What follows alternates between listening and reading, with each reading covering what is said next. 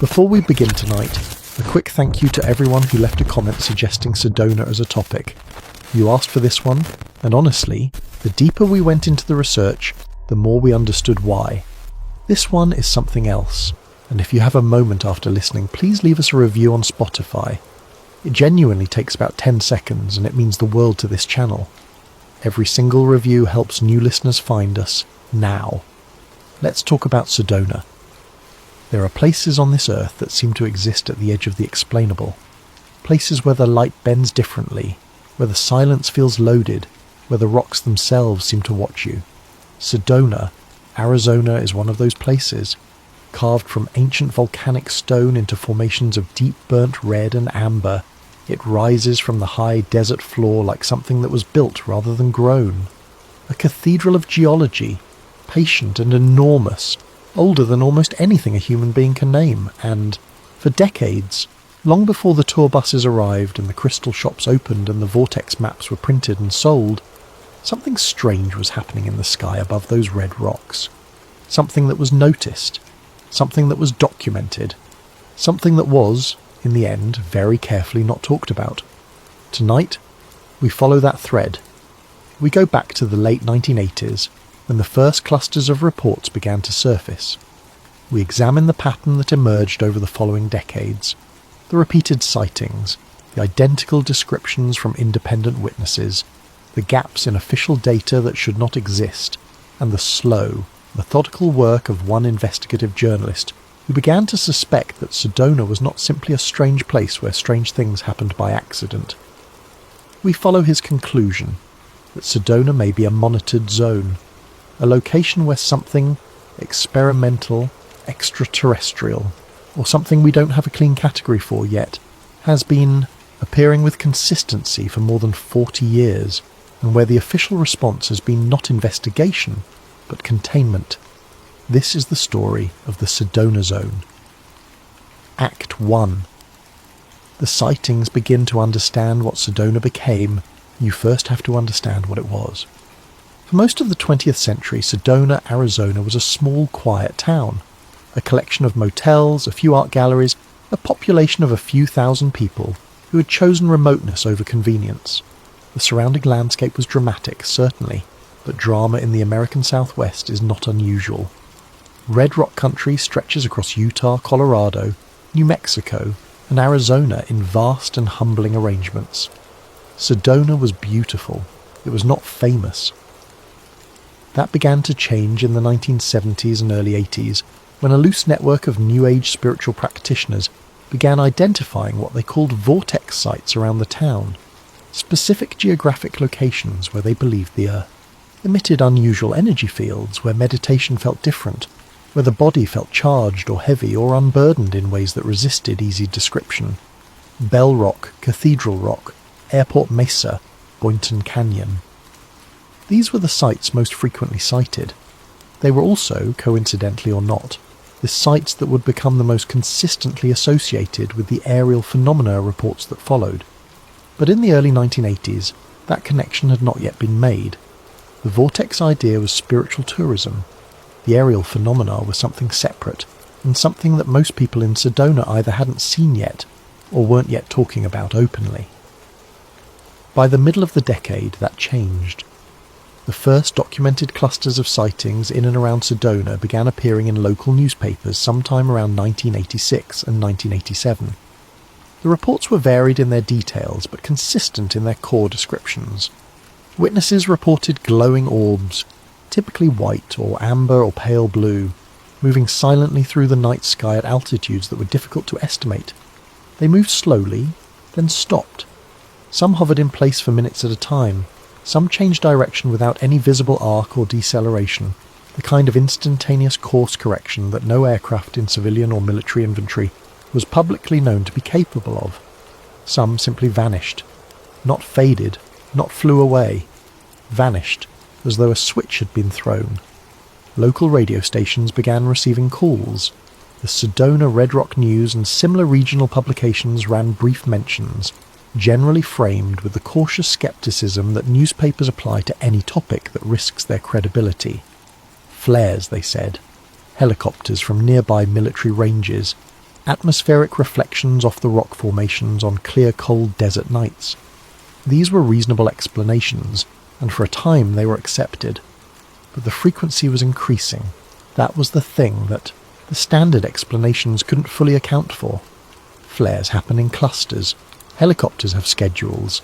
Atmospheric anomalies are irregular by nature. What was happening in Sedona was neither irregular nor explained by schedules. It was consistent, and in the years that followed, it would become more so. Act 2. The pattern takes shape.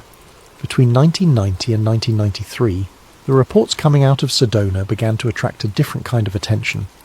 Not from government agencies or official investigators, not publicly anyway, but from within the community of people who took such reports seriously. Civilian researchers, amateur astronomers, members of a loosely organised UFO investigation networks that had been operating since the 1950s. They came to Sedona, talked to witnesses, set up cameras, and what they found surprised even them. The witnesses, and there were many by this point, dozens in the immediate Sedona area and more in the surrounding towns of Cottonwood, Cornville, and the Verde Valley, were describing not just similar phenomena, but identical phenomena. 3 lights forming a triangle. That description appeared again and again in report after report, from witnesses who had no contact with each other, who had submitted their accounts independently, who in several cases were unaware that anyone else had reported anything similar. 3 lights in a triangular arrangement, moving slowly, silently, then accelerating upward with a speed that witnesses consistently described as impossible. Not fast, impossible. One moment it was there, the next it was gone, and the sky was empty.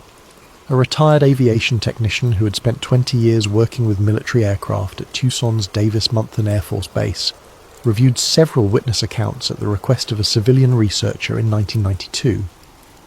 His assessment was direct. He said that based on the described behaviour, the silence, the instantaneous acceleration, the hovering stability, none of it matched anything in the known American arsenal at that time. He was careful not to speculate beyond that. He simply said, that wasn't anything we had in the skies back then. 5 words that carry an enormous amount of weight when they come from someone who spent 2 decades surrounded by the things that actually were in the skies back then. Arizona as a whole was becoming a hotspot. Sightings in Prescott, reports near the Mogollon Rim, strange lights over the White Mountains, and then, in March of 1997, an event that would force the entire conversation into the national media, the Phoenix Lights. Thousands of witnesses across a corridor stretching from the Nevada border to the outskirts of Tucson reported a massive, silent V-shaped formation of lights moving slowly across the sky. The governor of Arizona made jokes about it on television. The military said flares. The witnesses, among them, commercial pilots, police officers, and physicians, said otherwise.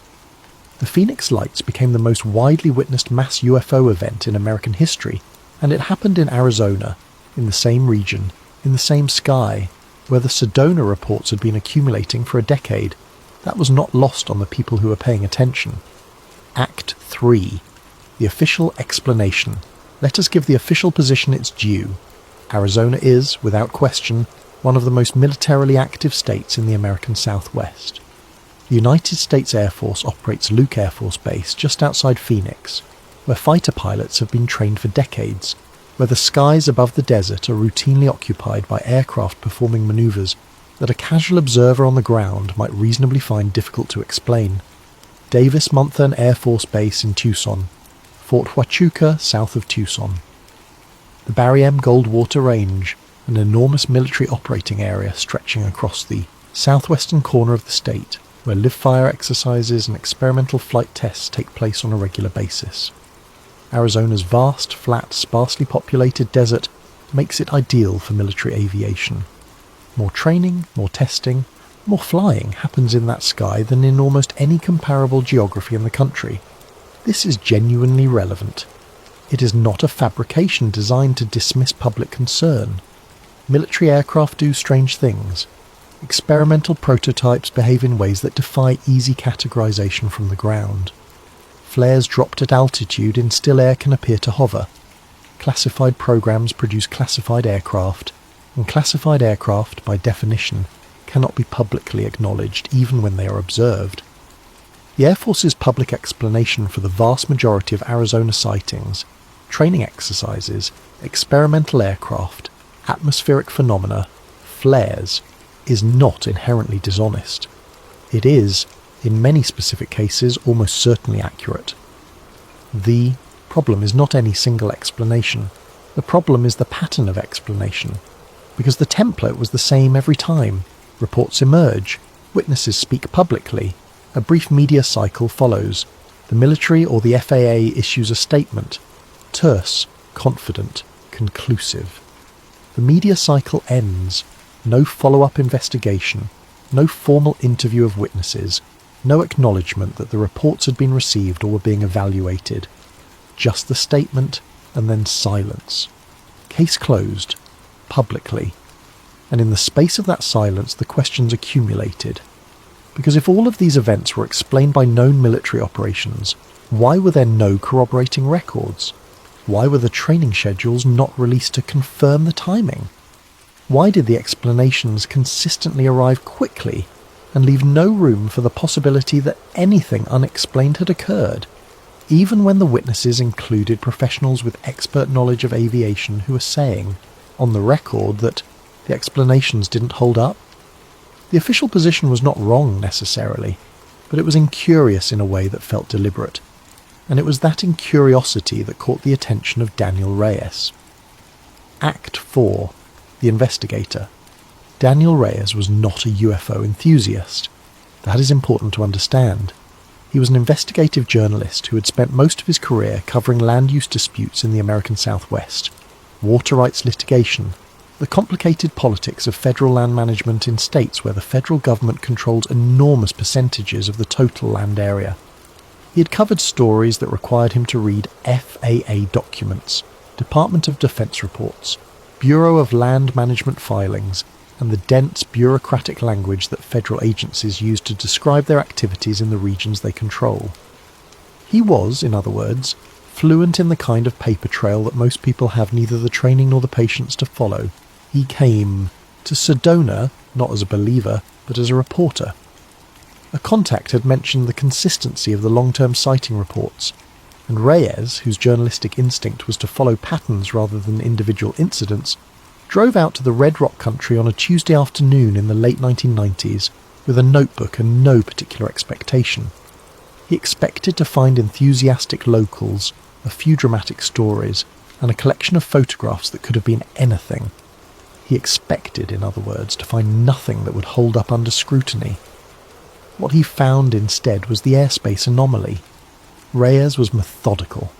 Before he talked to a single witness, he sat down with FAA sectional charts for the Sedona area, the kind of detailed airspace maps that pilots use to navigate controlled and restricted airspace. What he saw surprised him. Sedona sits within a complex airspace environment. The Phoenix Terminal Control Area extends considerably to the south and east. Military. Operations areas and restricted zones are distributed across the region in overlapping layers.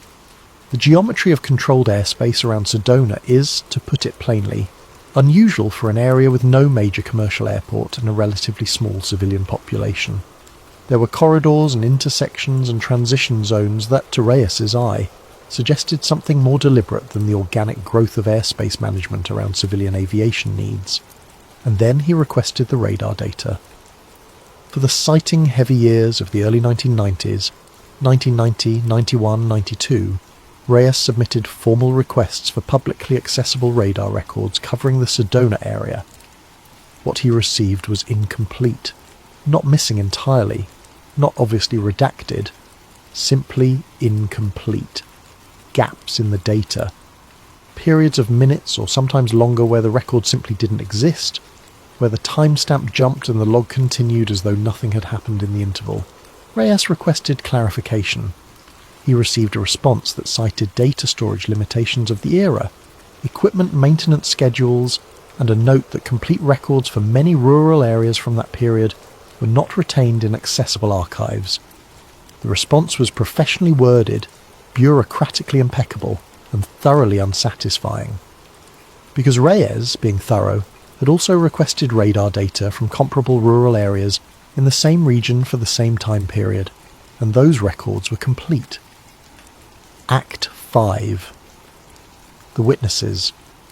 With the paperwork questions unresolved and the airspace anomaly documented in his notes, Reyes turned to the witnesses. He had expected this part of the investigation to be the least reliable. Anecdotes are by nature subjective, and the literature on eyewitness testimony is not encouraging about its accuracy under normal conditions, let alone conditions involving unusual stimuli in dark desert skies. He had built in a significant discount for the human tendency to pattern match and dramatise. What he encountered shrank that discount considerably. He tracked down long-term residents, people who had lived in and around Sedona for decades. He found retired school teachers and former rangers and small business owners, people with no particular investment in the subject, no books to sell, no reputations built on being witnesses. He interviewed them separately, without sharing details from other accounts, taking careful notes about what they described before asking any follow-up questions that might have prompted them toward particular answers. The consistency was, in Reyes's own words, uncomfortable. Independent witnesses describing events separated by years, sometimes by a decade or more, produced accounts that aligned in their core details with a precision that pure coincidence could not comfortably explain. The triangular formation of lights appeared in accounts from the late 1980s, from the middle of the 1990s, from the early 2000s. The same formation, the same silence, the same behaviour, slow approach, sustained hover, instantaneous departure, different witnesses, different nights, different years, same description. And perhaps most striking of all, the same locations. Bell Rock, the area above and around Cathedral Rock, the corridor between Airport Mesa and Boynton Canyon. These were not random points scattered across the sky. These were specific sites, and across 4 decades of reports, they appeared with a frequency that suggested not randomness, but pattern. One witness, a former tour guide who had been leading hikes through the Sedona Red Rocks for almost 25 years, told Reyes something that stayed with him. She said, it wasn't random. They came back to the same spots. She had seen the lights herself on 3 separate occasions spanning more than a decade. Each time, the location was the same. Each time, the behaviour was the same. And she was clear that she wasn't speaking metaphorically or emotionally. She was describing an observable, repeatable geographic fact. The same spots, over and over again, across a span of time that no training exercise or weather event or optical illusion could plausibly account for. Reyes sat with that for a long time. ACT-6. The Vortex Correspondence. There is a moment in any serious investigation when you encounter a piece of information that you would rather not take seriously, because taking it seriously requires you to revise assumptions you are fairly comfortable with. For Reyes, that moment came when he mapped the sighting locations against Sedona's famous vortex sites. Sedona's vortex sites are officially a spiritual concept. The claim, made by New Age practitioners beginning in the 1970s, is that certain geographic locations around Sedona emit unusual energetic fields that can be felt by people who are sufficiently attuned to them. Bell Rock, Cathedral Rock, Airport Mesa, Boynton Canyon. These are the 4 most commonly cited vortex locations. They attract hundreds of thousands of visitors every year, many of whom report experiences they describe as powerful, disorienting, emotionally charged, or physically strange. The scientific community does not endorse the concept of vortex energy. No confirmed, reproducible physical measurement of any unusual energy field at these sites has been published in a peer-reviewed context. The vortex designation is, in the scientific consensus, a cultural phenomenon rather than a physical one. Reyes accepted that consensus. He was not investigating the vortexes, he was investigating aerial phenomena. But when he plotted the geographic coordinates of the most frequently reported sighting locations on a map, and then overlaid Sedona's documented vortex sites, the correspondence was not subtle. The majority of sighting reports, not some, Not a plurality, but the clear majority clustered within a few miles of one or more of the 4 primary vortex locations. Bell Rock appeared at the centre of an extraordinary concentration of reports. Cathedral Rock was second. The spatial overlap between the sighting cluster map and the vortex site map was precise enough that it could not be easily dismissed as coincidence. Reyes was careful about what to make of this. He did not conclude that the vortexes were real in the New Age sense, or that energy fields were attracting or enabling whatever was appearing in the sky. But he noted, and he noted it at length, that the overlap was consistent, that across decades of independent reports from witnesses who were not in communication with each other, and who were not, for the most part, participants in vortex tourism, the geographic pattern held. Something about those specific locations kept appearing in the data. Whatever it meant scientifically, or didn't mean, it was a fact of the record, and facts of the record Reyes believed deserved to be followed. He began to develop a theory. It started, as his best theories always did, with a question. What do these specific locations have in common? Not spiritually, geologically. Act 7. The Contact Zone Hypothesis. Sedona's geology is extraordinary by any measure. The red rock formations that define its landscape, the buttes, mesas, spires, and canyons that rise from the high desert floor in shapes that seem too deliberate, too architectural to be purely natural, are composed primarily of Schneebly Hill sandstone, a formation laid down approximately 300 million years ago in what was then a shallow sea. Layered on top of that are formations of Coconino sandstone, Torowep limestone, and Kaibab limestone. The red coloration that gives the rocks their dramatic appearance and their name comes from iron oxide, rust, essentially, bound into the sedimentary matrix. It is an iron-rich landscape in a profound and measurable sense. Iron is electrically conductive. Concentrated iron-bearing rock formations can produce localized variations in magnetic field strength. This is not speculative. It is measurable geophysics, documented in multiple studies of mineralogically active regions around the world.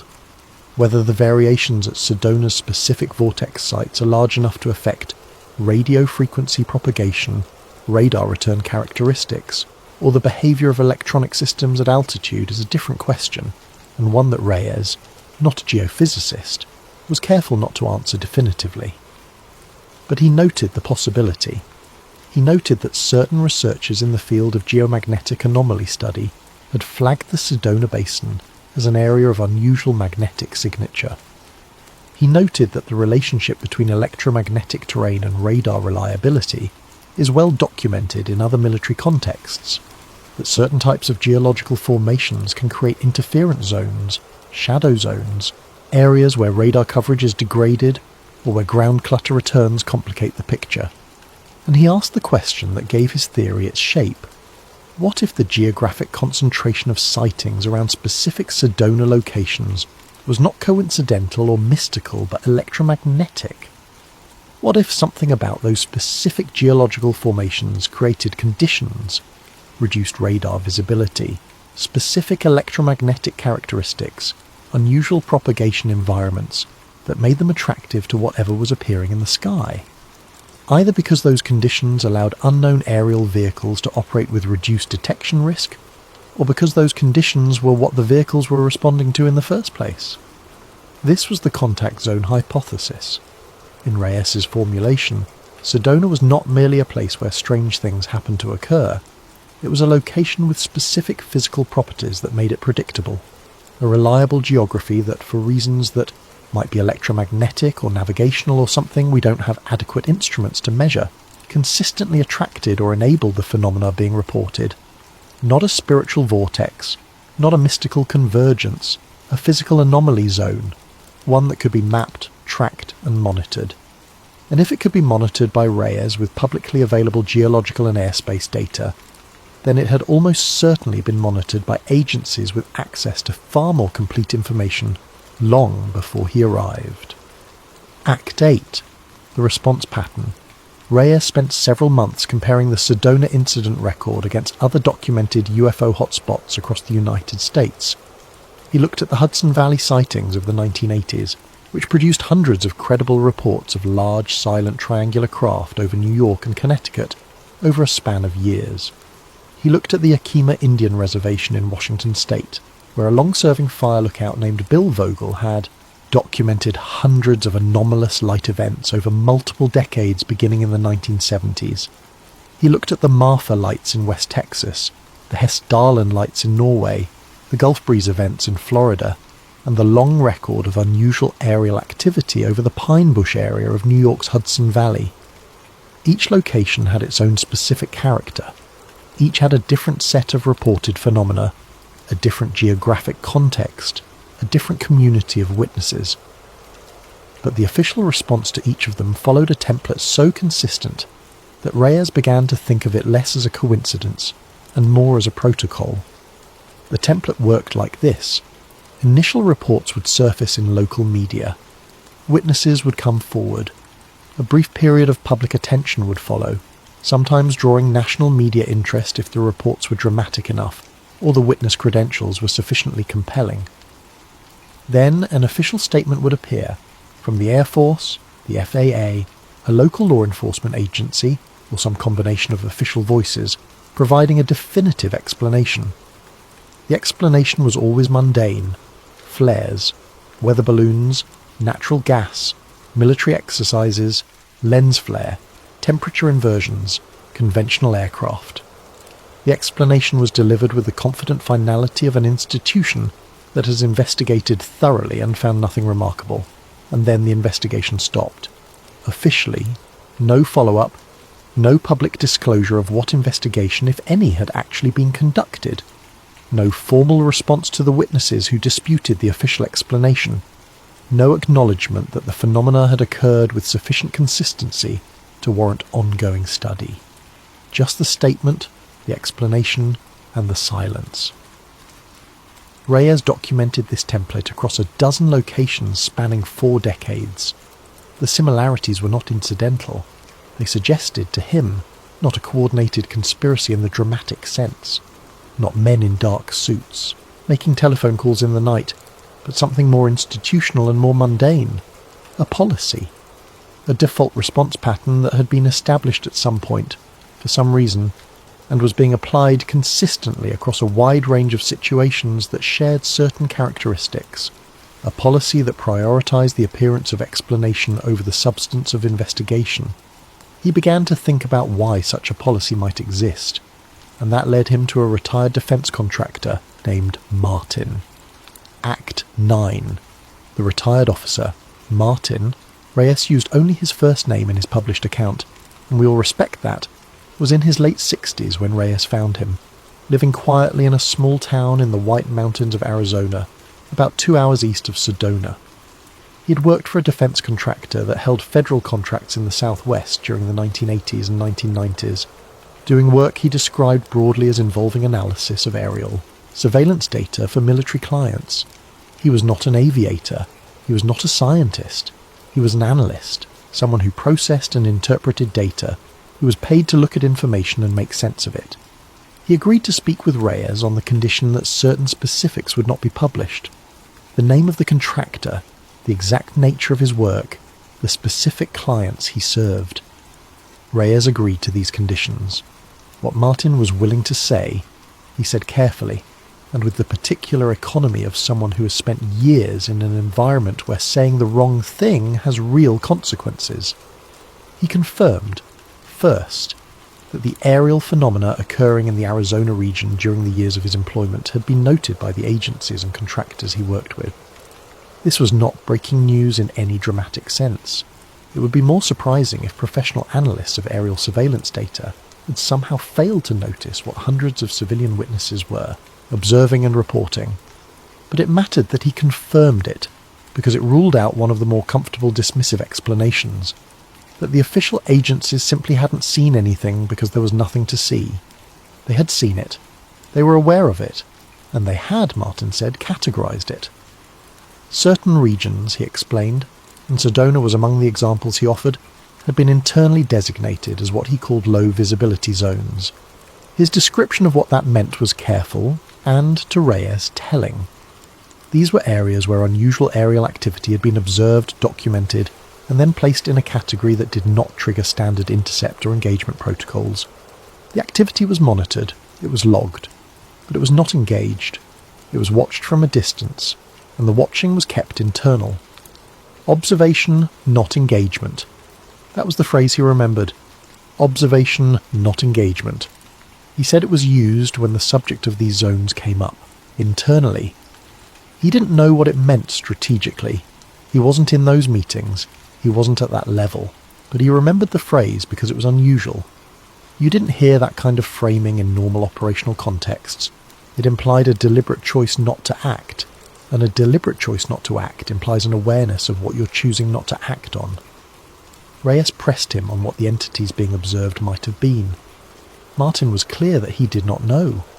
He was an analyst working with specific data sets, not someone with access to classified assessments or theoretical frameworks for what was being observed. He had opinions, naturally. Everyone who works around these things develops opinions, but he offered them as exactly that, and declined to have his opinions published as facts. What he offered as a fact was the protocol. Observe and do not engage. Watch and do not confirm.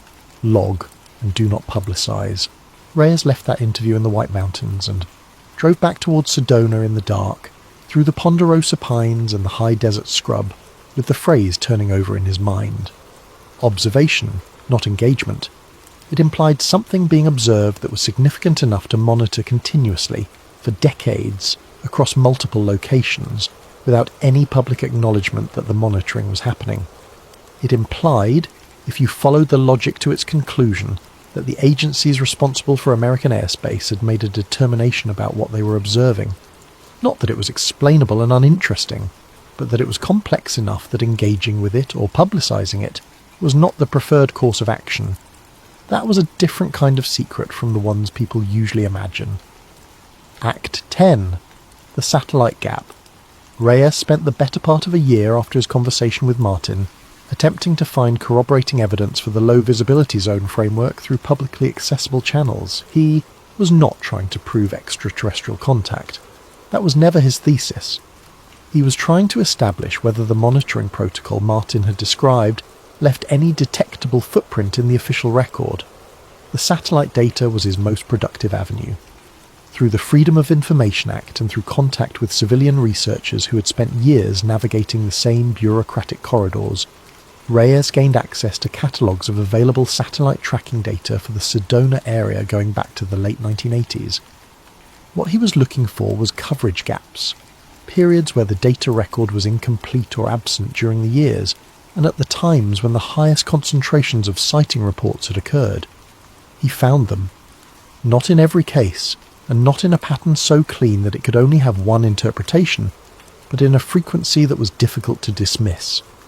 Specific nights in the early 1990s, nights that corresponded when Reyes cross-referenced against the civilian sighting records he had assembled, with periods of unusually high reported activity, showed incomplete satellite tracking records for the Sedona region. The data existed up to a point, and then it did not exist, and then it resumed. Gaps.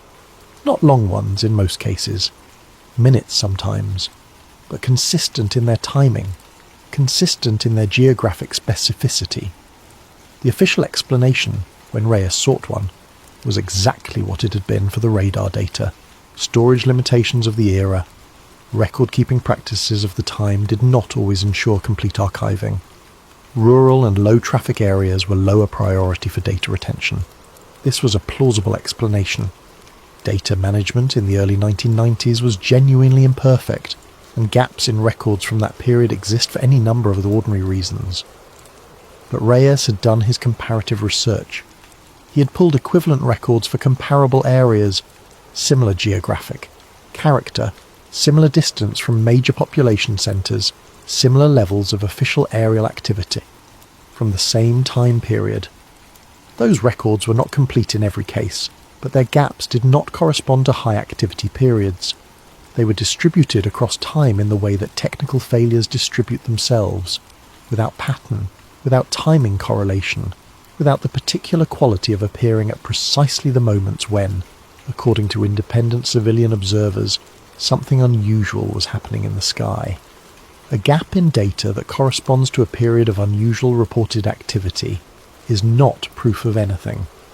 Reyes never claimed it was, but it is a fact of the record that raises a specific and uncomfortable question. If the gaps are genuinely random technical artifacts, why do they cluster where and when they do? And if they are not random, what does that mean about the process by which records for those specific moments became unavailable? Act 11. The controlled narrative. By the time Reyes assembled his findings into a coherent framework, he had moved away from the question that drives most UFO investigation. He was not trying to answer whether the objects being seen over Sedona were extraterrestrial. He had concluded early in the process that this question was both unanswerable, with the evidence available, and, in a certain sense, beside the point. What interested him was the response, not what was in the sky. What happened on the ground when people reported seeing it? His conclusion was this: Sedona represented a location where three things intersected in an unusual way. The first was natural geography, geological formations with electromagnetic properties that created a measurably unusual environment for aerial operations, radar propagation, and possibly other physical phenomena that we understand imperfectly. The second was military activity, the proximity to multiple major Air Force installations, the complex airspace geometry, the possibility that some percentage of what was being observed was indeed experimental or classified military technology operating in a region that offered natural cover in the form of remote terrain and convenient official explanations. The third was something else, a residual category of phenomena that fit neither natural atmospheric explanation nor known military technology, that had been reported by credible witnesses with consistent specificity across 4 decades, and that had been the subject of official monitoring protocols that were not publicly acknowledged. The intersection of these three things created what Reyes called a controlled narrative environment. When sightings were reported, the military activity explanation was available and credible, because military activity genuinely did occur in the region. When the military activity explanation was applied, it covered not just the sightings it legitimately explained, but also the sightings it didn't. The residual category, the third element, the presence of genuine explicable phenomena, provided cover for the discussion of phenomena that weren't explicable by the same means, and the consistent application of official explanation, followed by official silence, ensured that the residual category never accumulated enough public attention to force a more detailed reckoning. This was not, in Reyes's analysis, a conspiracy in the Hollywood sense. It was not a group of individuals consciously deciding to deceive the public about alien contact. It was something more institutional and, in a way, more troubling, a default preference for the appearance of explanation over the reality of uncertainty. A bureaucratic tendency to close files rather than leave them open, to apply the available explanation rather than acknowledge that the available explanation was incomplete, not malice, not a cover-up of a specific discovered truth. Something closer to a systematic avoidance of a question that nobody in an official position wanted to be the one responsible for answering. Because to answer it honestly would require acknowledging something that official institutions are structurally ill-equipped to acknowledge, that there are things happening in the sky over American territory that we have been observing for decades, that our best explanations do not fully account for, and that we have chosen, as a matter of institutional policy, to describe as explained rather than to describe as unknown. An unknown is, for a certain kind of institution, the most dangerous word in the lexicon. Act 12. The last question. There is a particular kind of silence that surrounds certain subjects in official discourse. It is not the silence of ignorance, of agencies and institutions that genuinely have no information. It is the silence of awareness that has been converted, through a combination of policy and preference and institutional inertia, into the performance of ignorance. It is the silence of the file that was opened and then closed without notation, the record that exists somewhere in an archive that will not be easily accessed, The conversation in a conference room somewhere in the Arizona desert in the early 1990s where someone looked at a map with a cluster of data points around Bell Rock and said, "Observation, not engagement. Let's see what it does." If Sedona is a monitored anomaly zone, if the contact zone hypothesis is correct in its essential outline, then the monitoring has been ongoing for the better part of half a century. That means that somewhere, in some form, there is a record. Not necessarily a record that says aliens, almost certainly not a record that says that, but a record that acknowledges the anomaly, that documents the consistency of the phenomena, that catalogues 40 plus years of something appearing over the red rocks of northern Arizona and behaving in ways that the available explanations cannot fully account for. And if such a record exists, if the phenomena are real, and the monitoring is real, and the low visibility zone designation is real, then the question that Reyes found himself returning to at the end of his investigation was not the question most people would expect. It wasn't, "Are UFOs real?" It wasn't, "Are we alone?" These felt, to him, like the wrong level of abstraction. The question that the Sedona data raised, with its 4 decades of consistent reports, its identical witness descriptions, its same geographic locations appearing again and again across the full span of the record, was something more specific and, in a way, more unsettling. Why do they keep coming back to the same place? Because if the phenomena are real, and if they have been returning to the same geographic coordinates for 40 years, then whatever is happening in Sedona is not random. It is not accidental. It is not the kind of thing that can be explained by atmospheric quirks or military schedules or the human tendency to find patterns in noise. Something has been drawn to that specific stretch of red rock desert, repeatedly and consistently, across a span of time that encompasses enormous changes in the surrounding world. The town has grown, the roads have improved, the tourism industry has transformed the local economy, the population has quadrupled, satellite coverage of the region has become comprehensive, the sky above Sedona is more observed now, in more ways, than at any previous point in human history. And the sightings have continued. Not at the pace of the peak years, perhaps, not with the dramatic frequency of the early 1990s, but they continue. Visitors standing on Bell Rock at dusk, hoping for a spiritual experience, look up and see something moving in a way that the available aircraft in the sky do not move.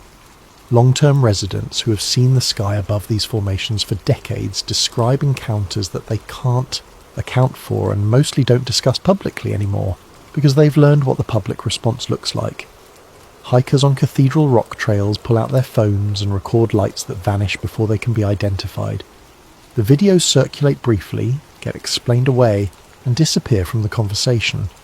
The pattern hasn't stopped. The official answer hasn't changed. And somewhere in the space between those two facts, in that particular persistent silence, the real investigation is probably still ongoing, in rooms we don't have access to, by people who know more than they are able to say. Epilogue. Today, Sedona is a thriving tourist destination. The population has grown substantially since the first sighting reports of the 1980s, and the town now receives millions of visitors each year. They come for the landscape, for the spiritual experiences, for the pink jeep tours and the art galleries and the restaurants and the astonishing desert light that turns the red rocks 100 different shades of amber and copper and burgundy as the sun moves across the sky. They come to hike Cathedral Rock and to stand on the rim above Bell Rock and to feel, if they're open to it, whatever the vortex sites offer to those who seek them out. Photographers set up their tripods before dawn and capture images that look, when they're successful, like paintings from another world. Families walk the trails, couples watch the sunset from Airport Mesa. The red rocks glow in the evening light in colours that seem too saturated to be real, and the sky above them deepens from pale blue to indigo to the absolute star-dense black of high desert night, and it is beautiful in the way that very few places on Earth are beautiful, with the specific, overwhelming beauty of deep geological time made visible, of ancient stone shaped by forces and across timescales that dwarf anything in the human record, and occasionally someone looks up and sees something they cannot explain, a light that moves wrong, a formation that doesn't correspond to any aircraft they know, a shape that is there and then is not there, and leaves them standing on the trail with the particular mixture of wonder and unease, and almost understanding that dozens of witnesses before them, stretching back across 4 decades, have also felt in this same spot, under this same sky. They pull out their phones, they try to record it. Sometimes they do, and the recording shows something ambiguous that can be explained in multiple ways. Sometimes the object is gone before the camera is ready. Sometimes they watch it for what feels like a long time, long enough to be certain of what they're seeing, and then it accelerates upward and is gone, and the sky is empty, and the red rocks are silent, and the stars continue their ancient indifferent burning overhead. They walk back to town. They think about it for a while. Some of them tell people and some of them don't.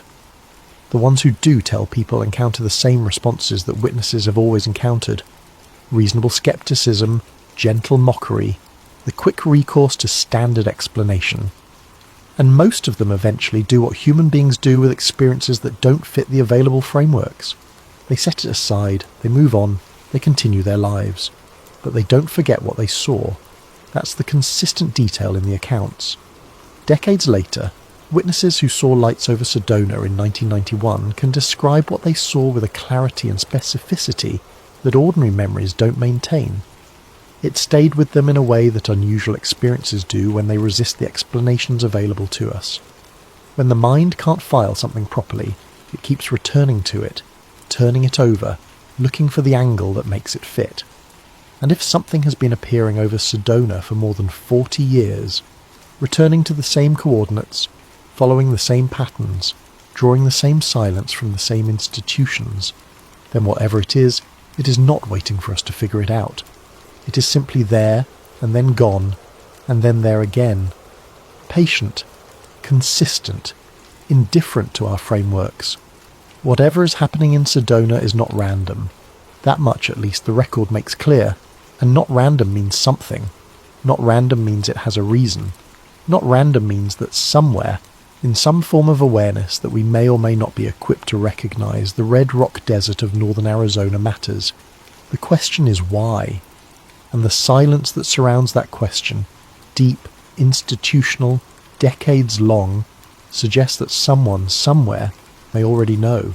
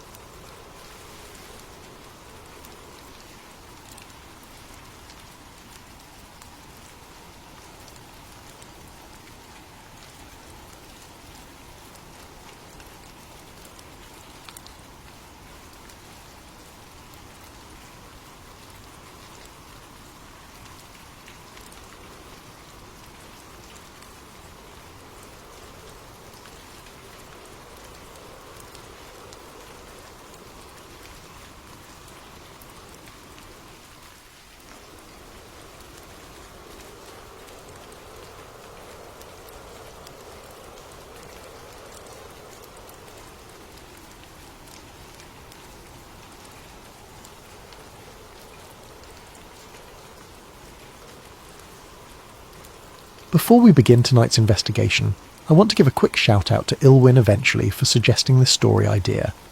If you have ideas for future Sleep Theories episodes, conspiracy theories, unsolved mysteries, strange phenomena you think deserve a deeper look, drop them in the comments below. Some of the best stories we've covered came directly from you, and we really try and read every single suggestion. Now, let's begin. There are places on Earth that feel wrong, not dangerous, not hostile, just wrong. Devil's Tower is one of them. Rising 867 feet above the Wyoming grasslands, it dominates the landscape like a broken tooth jutting from the Earth's jaw. The Lakota people called it Matotipila, Bear Lodge. Geologists call it an igneous intrusion. Tourists call it stunning. but stand at its base as the sun sets and the temperature drops, and you'll feel something else entirely. You'll feel watched. The tower doesn't look like a mountain. Mountains have slopes, curves, the organic chaos of tectonic violence. Devil's Tower looks carved, deliberate.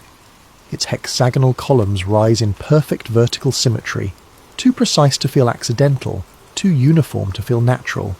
It looks like architecture. More specifically, it looks like a stump.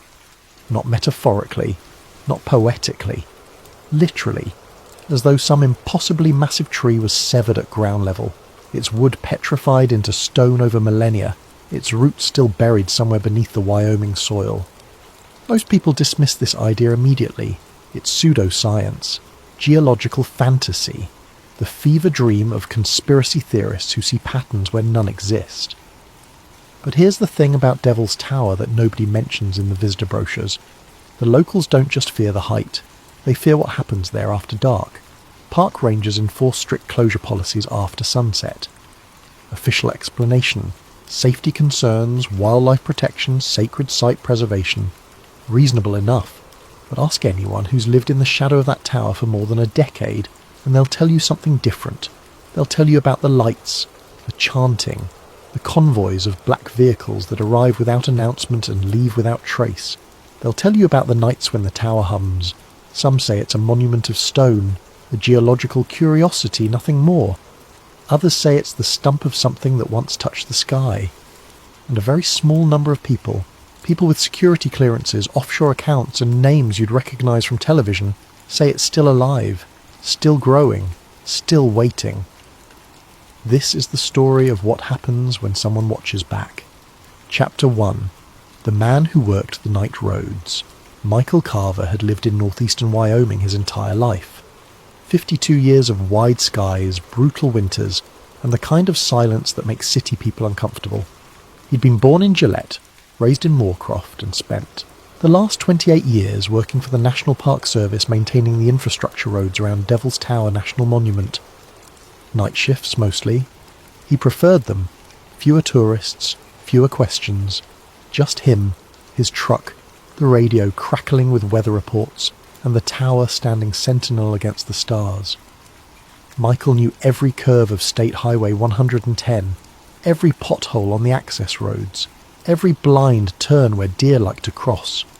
He could drive the perimeter with his eyes closed, and sometimes on the longest nights he practically did. He'd heard all the stories, the Lakota legend of the bear clawing at the stone, leaving vertical grooves as 7 sisters escaped to the sky. The Close Encounters pilgrims who still showed up with synthesizers, trying to recreate the 5-tone sequence from the Spielberg film. The flat earthers who insisted the tower was proof of a megatree forest that once covered the planet. Michael had never believed any of it. Not the mystical interpretations, not the alien theories, not the giant tree hypothesis. He was a practical man. He fixed roads. He cleared rockfall. He filed reports in triplicate and went home to a 1-bedroom house with a dog named Rusty and a television that got 4 channels on a good day. Devil's Tower was just a rock. An impressive rock. A beautiful rock. But still, just a rock. That certainty lasted until October 17th, the night everything changed. Chapter 2. The Unscheduled Closure. It started with an email. Michael was finishing his second cup of coffee when the notification buzzed on his phone. 7:45 p.m, 15 minutes before his shift began. The subject line read, Immediate, Road Closure Directive, DTM-0-9-13. He opened it. Effective 1800 hours, October 17th. All access roads to Devil's Tower National Monument are closed for emergency geological surveying. Duration, 12 hours. All non-essential personnel are to vacate the area. Park enforcement will verify compliance. No exceptions. It was signed by someone Michael didn't recognise. No name, just a title. Regional Infrastructure Coordinator, Emergency Operations. Michael frowned. He'd been doing this job for nearly 3 decades. He knew every survey team, every seasonal closure, every maintenance window scheduled months in advance. Geological surveying didn't happen overnight. It required permits, equipment manifests, environmental impact assessments. And it definitely didn't happen in October. Survey teams worked in spring and summer when the ground was stable and the weather predictable. Fall in Wyoming was unpredictable. Early snow, freezing rain, winds that could knock a vehicle off the road. Michael checked the park's internal scheduling system. No survey teams logged, no equipment rentals approved, no geological consultants contracted. He called his supervisor. Voicemail. He called the park ranger station. Voicemail. He called the regional office in Denver. The line rang 8 times before a woman answered, sounding harried. "This is Carver. Night maintenance at Devil's Tower. I got a closure notice for tonight, but there's nothing in the system. Can you—" "The closure is authorized," she interrupted. "Follow the directive." "Who authorized it?" "I don't have that information." "What survey team is—" "I don't have that information either. The directive is valid. Comply or file an incident report." She hung up. Michael sat in his truck, engine idling, staring at the email on his phone. Something was wrong. In 28 years, he'd never seen a closure order issued with 0 notice, 0 explanation, and 0 paper trail. The Park Service was a bureaucracy. Everything had a paper trail. Everything except this. He should have driven home. He should have cracked open a beer, watched television, let someone else worry about mysterious closure orders. But Michael Carver had spent his entire life in the shadow of Devil's Tower, and he'd never, not once, felt curious about what happened there after dark. Until now. He put the truck in gear and headed toward the outer perimeter. Chapter 3. The Ring of 12. Michael parked on a ridge 3 miles northwest of the tower. It was a maintenance access point, technically within the monument's boundaries, but far enough from the main roads that nobody ever bothered with it. He'd used it 100 times to check remote culverts and drainage systems. From here you could see the tower's western face silhouetted against the night sky like a broken pillar holding up the stars. He killed the engine and waited. 9:37 p.m. The monument grounds were completely dark. No visitor centre lights, no parking lot floods, no security perimeter illumination, just darkness, and then light, not sudden, not bright, just there. Michael grabbed his binoculars, 12 lights, evenly spaced, arranged in a perfect circle around the tower's base.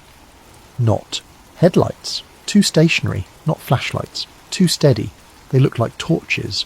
No, not torches. The light was too white, too clean. LED floods, maybe, or halogen lamps on portable stands. But why 12? Why arranged in perfect geometric precision? Michael counted again. 12. Exactly 12. He checked his watch. 9:41 p.m. He scanned the access roads with his binoculars. No vehicles, no movement.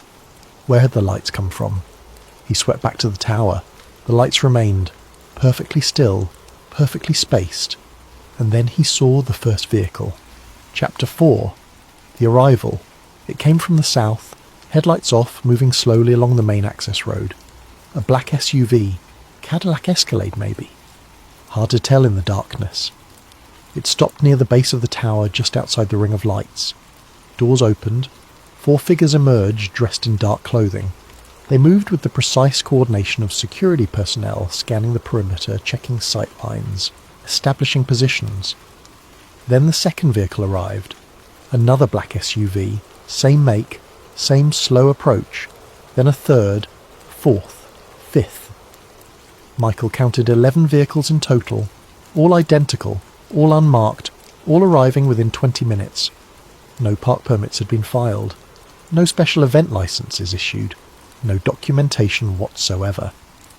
The figures from the vehicles began unloading equipment.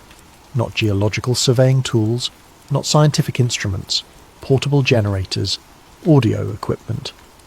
What looked like ceremonial stands or altars.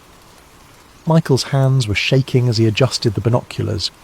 The passengers began emerging from the later vehicles, and that's when he started recognizing faces.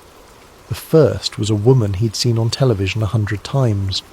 a tech CEO whose company had recently absorbed 3 competitors and whose net worth exceeded the GDP of several small nations.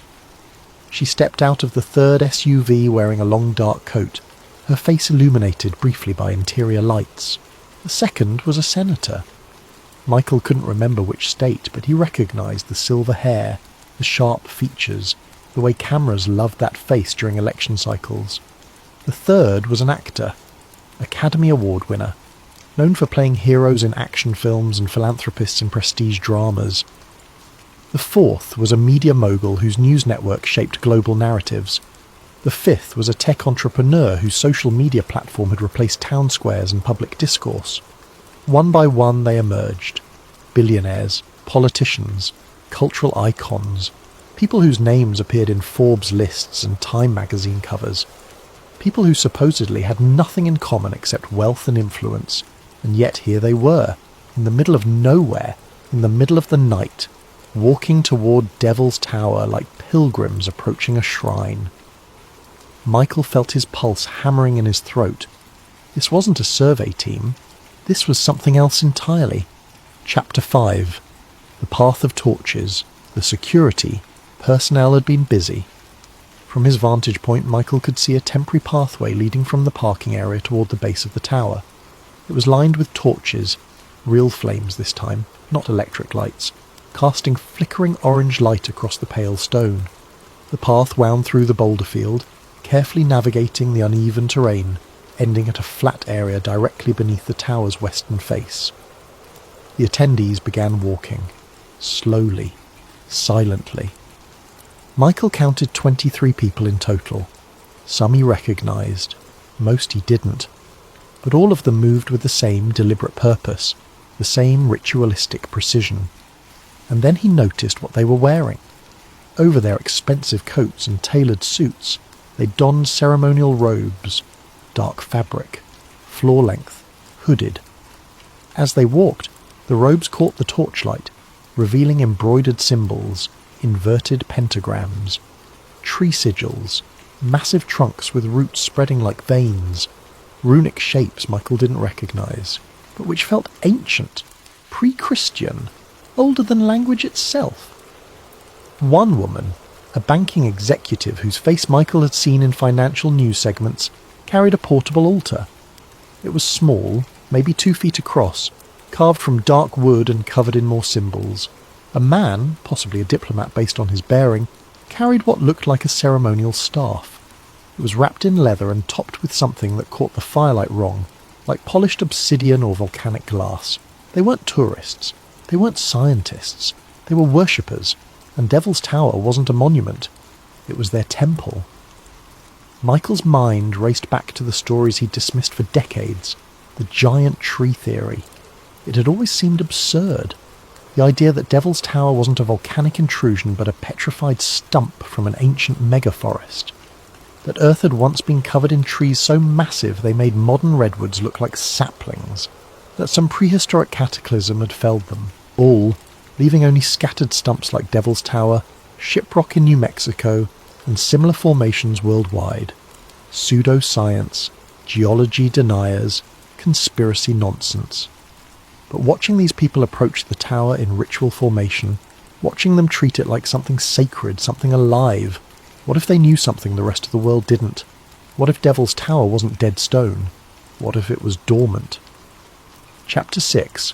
The Frequency of Silence. The chanting began at 10:17 p.m. Michael heard it before he saw the source, a low resonant hum that seemed to come from everywhere and nowhere, vibrating through the ground beneath his truck, rattling the windows, settling into his chest like a second heartbeat. It wasn't singing, it wasn't speaking, it was something between the two, a vocalization that felt older than words, structured yet alien, harmonic yet mechanical. Through the binoculars, he watched the robed figures form a circle around the tower's base. They stood, perfectly still, heads slightly bowed, hands raised to chest height, palms facing inward. The chant continued. No visible conductor, no rhythm section, no leader keeping time, and yet they were perfectly synchronized. The sound had texture, layers. It felt less like music and more like machinery, like the resonance of a massive engine idling deep underground, its vibrations surfacing through stone and soil. Michael had worked around heavy equipment his entire career. He knew the feel of generators, the hum of transformers, the grinding of hydraulic systems. This was different. This felt intentional, designed. And then he noticed the silence. The crickets had stopped. The wind had died. Even the distant highway noise, usually a constant whisper on Wyoming nights, had vanished. It was as if the world was holding its breath. Michael scanned the area with his binoculars.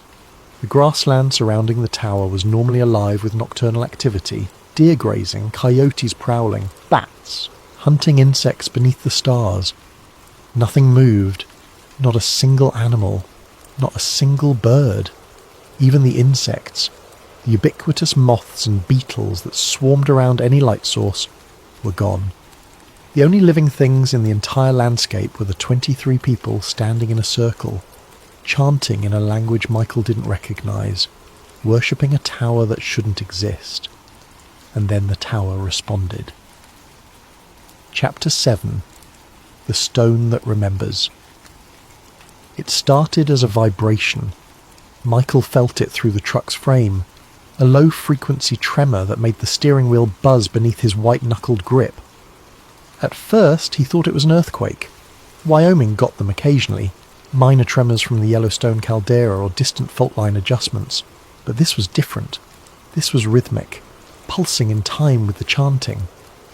Through the binoculars, he watched the tower itself, the hexagonal columns, those perfect vertical striations that geologists attributed to cooling. Basalt seemed to shimmer in the torchlight, not from heat distortion, not from atmospheric interference. They were pulsing, subtle, barely perceptible, but undeniable, as if the stone was breathing. Michael's rational mind scrambled for explanations. Resonance effects from the chanting, acoustic phenomena amplified by the tower's unique structure, infrasound frequencies causing visual distortions.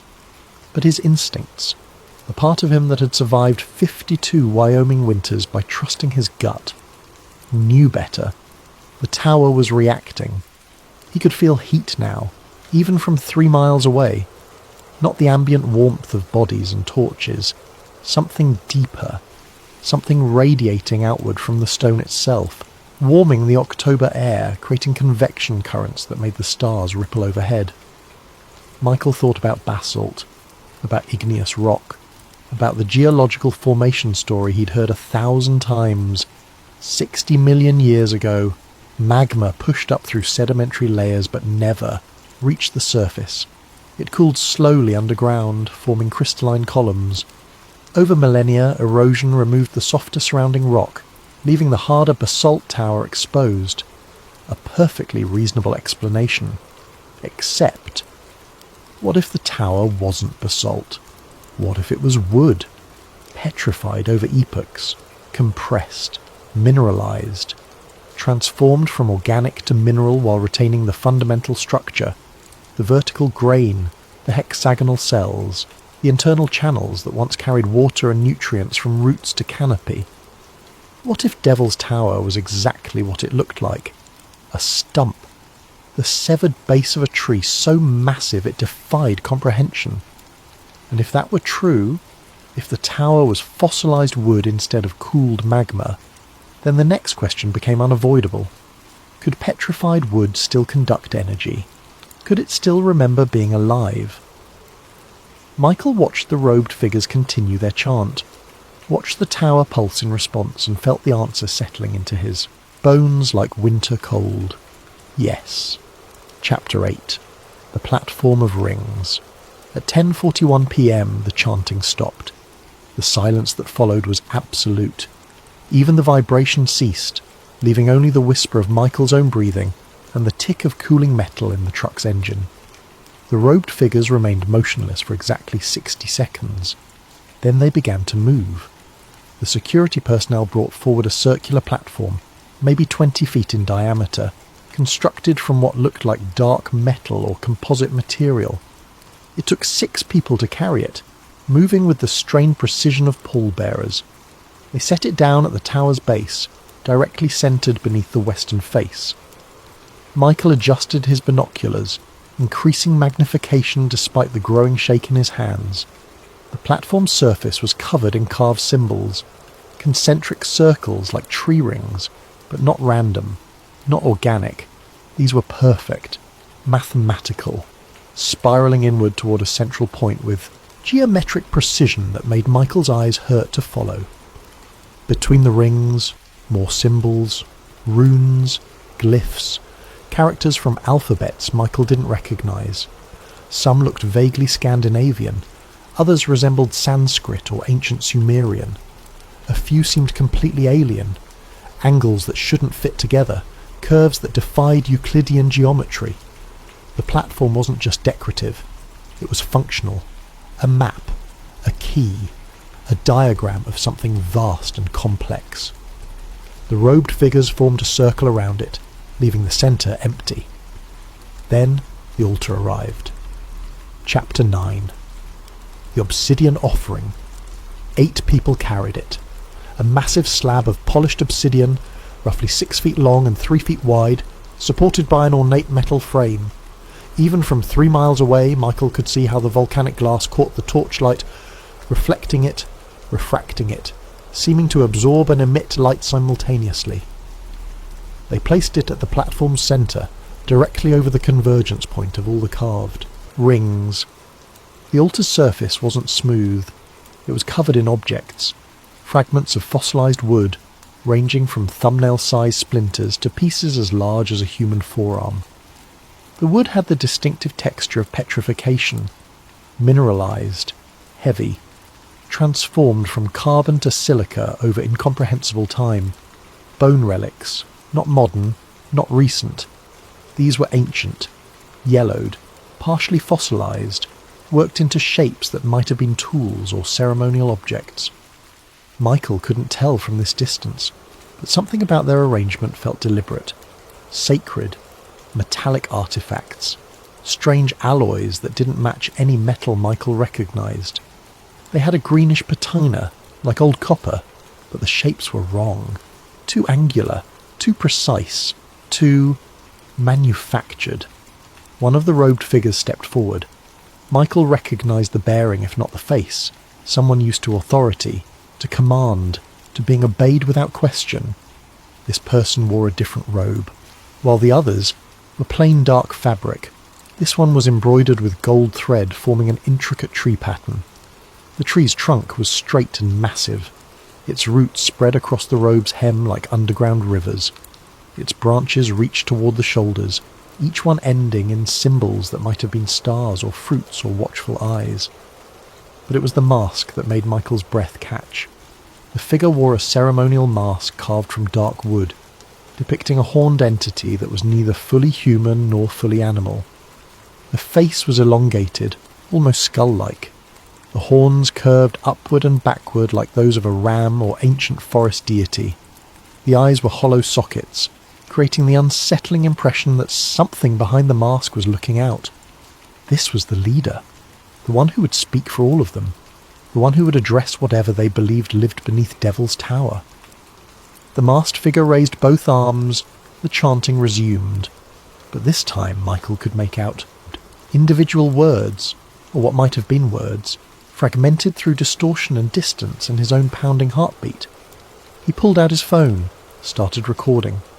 The audio quality would be terrible, but maybe, if he survived this, if he didn't disappear like so many conspiracy theorists who got too close to uncomfortable truths, maybe someone could analyse it, translate it, confirm what he was hearing. The chant had structure now, call and response. The masked leader would vocalise a phrase and the circle would echo it back, their voices layered and harmonic. Michael caught fragments. He who was cut shall rise again. The root still drinks. Beneath the earth, blood and bone and breath, to the rooted one. The rooted one, not a god of the sky, not a deity of heaven or light or transcendent salvation, a god of roots, of depth, of things buried and patient and very, very old. Michael's hands were shaking so badly he could barely hold the binoculars steady. These people, billionaires and politicians and cultural elites, weren't just performing theatre. They weren't playing at mysticism or engaging in rich people eccentricity. They believed. They believed Devil's Tower wasn't a stump. They believed it was a severed limb of something planetary, something that predated human civilization, something that had been cut down in an ancient war or cataclysm or act of cosmic violence, and they believed its roots were still alive, still drinking, still waiting to grow again. Chapter 10. The Sky Turns Inward. At 11:03 p.m. the clouds began to move. Michael had been watching the sky peripherally, keeping most of his attention on the ritual below. But movement overhead pulled his gaze upward. The clouds were spiralling, not scudding along on wind currents, not dissipating or forming through normal meteorological processes, spiralling, rotating slowly around a central point directly above Devil's Tower like water circling, a drain. Michael had lived in Wyoming long enough to recognise every weather pattern, every atmospheric phenomenon. He'd seen mammatus clouds and lenticular formations and virga, and every variation of prairie storm system. This was none of those things. This was deliberate.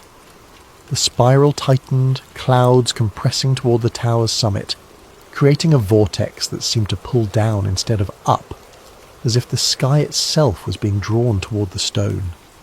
And then the stars began to shift, subtle at first, just a slight displacement, like heat shimmer distorting distant lights, but it intensified. Constellations Michael had known since childhood, Orion, Ursa Major, Cassiopeia, seemed to bend around the vortex above the tower, their positions warping, their familiar patterns dissolving into geometric chaos. The chanting grew louder, more urgent.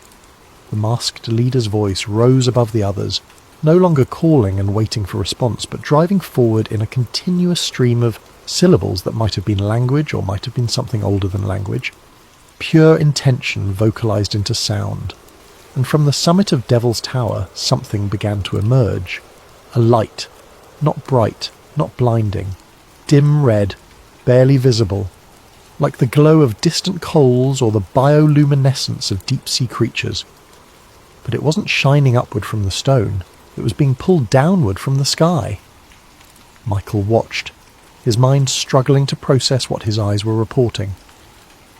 The red light descended from the spiral of clouds like a thread being drawn through a needle's eye. It touched the tower's summit and seemed to sink into the stone, absorbed immediately, leaving only the faintest afterglow. Then it happened again. Another thread of red light drawn down from the sky, absorbed into the tower. Then another. The tower was drinking light, pulling it from the heavens, feeding on it. Michael thought about trees, about photosynthesis, about the way plants draw energy from sunlight, converting electromagnetic radiation into chemical fuel through processes so complex that scientists still didn't fully understand them. What if Devil's Tower was doing the same thing? What if the ritual had awakened some ancient mechanism, some petrified biological process that still functioned despite millions of years of mineralization? What if the tower could still eat? The thought sent ice through Michael's veins. If it could eat light, what else could it consume? Chapter 11. The Faces in Firelight. The ritual was intensifying. The robed figures had begun moving around the platform, not walking, but swaying, their bodies undulating in time with the chanting, creating waves of motion that rippled around the circle like wind through grass. And in their fervour, the robes began to open. Michael watched through the binoculars as expensive fabric fell away, revealing the people beneath. He recognised more faces now. A former president. Not recent, not controversial. The kind of elder statesman who appeared at charity events and received lifetime achievement awards and was universally praised for their wisdom and service. Kneeling before an obsidian altar, chanting to something beneath the earth. A tech CEO whose company dominated global communications infrastructure. whose algorithms determined what billions of people saw, heard, believed, swaying in ritual ecstasy, eyes closed, completely surrendered. A media personality known for warmth and relatability, whose morning show attracted 20 million viewers, whose book club selections became instant bestsellers, whose endorsement could make or break careers, arms raised, chanting in a language she definitely hadn't learned at her Ivy League university. A banking executive whose decisions influenced global markets, whose firm had survived multiple financial crises, whose name appeared on the boards of dozens of major corporations, prostrate on the ground, forehead pressed to stone, worshipping. These weren't marginal figures, not fringe celebrities or has-been politicians clinging to relevance. These were the people who shaped the world, who determined policy, who controlled information flow, who decided what was true and what was dismissed as conspiracy. And they were all here, in the middle of nowhere, treating a Wyoming rock formation like a living god. Michael felt his understanding of reality fracturing. He'd spent his entire life operating under certain assumptions, that the world worked according to knowable laws, that powerful people were rational actors, that mysticism and superstition were relics of pre-scientific thinking. But watching a former head of state kneel before Devil's Tower, watching billionaires chant in dead languages, watching cultural icons treat petrified stone like a deity, either they were all insane, or they knew something the rest of humanity didn't. The chanting reached a crescendo. The masked leader stepped onto the platform approaching the obsidian altar, raising both arms toward the tower's summit. And Michael heard words he could actually understand. The covenant remains. The root remembers, blood for depth, bone for strength, breath for the one who waits. The circle responded in unison. He who was cut shall rise again. Then silence, absolute and terrible. Even the vibration stopped. The red light ceased descending from the sky. The clouds stilled in their spiral pattern. Everything waited. And Michael realized with horrifying clarity, the ritual was reaching its climax. The moment of offering had arrived. Chapter 12. The Container. 2 security personnel approached the platform carrying a sealed container. It was small, maybe the size of a shoebox, made from what looked like brushed steel or titanium. No visible seams, no obvious lid, just a perfectly smooth metal cube that reflected torchlight like a mirror. They set it before the masked leader and stepped back. The leader touched the container's surface. Michael couldn't see exactly what happened next. The angle was wrong, the distance too great, but the container opened. No hinges, no latches. It simply divided, separating along invisible seams to reveal something inside. The leader reached in and removed an object. Michael strained against the binocular's maximum magnification, trying to see what it was. Small, organic, irregular shape. A heart? No. Too small for human, too large for animal. A plant? A root? Maybe. The leader held it up, displaying it to the circle. The chanting resumed, softer now, reverent rather than urgent.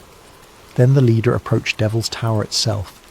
At the base of the western face, barely visible in the torchlight, there was a fissure. Michael had seen it 1,000 times during daylight hours. Just a crack in the stone, maybe 6 inches wide, running vertically for several feet. Geologists said it was a natural stress fracture from centuries of freeze-thaw cycles. But now, watching the masked leader approach it with ceremonial purpose, Michael wondered if it was something else. An opening, an entrance, a mouth. The leader placed the object into the fissure, and the tower swallowed it. Michael saw the stone pulse, actually pulse, like a throat contracting, and the object disappeared into the crack, drawn inward as if by suction or peristalsis, or some mechanism that stone shouldn't possess.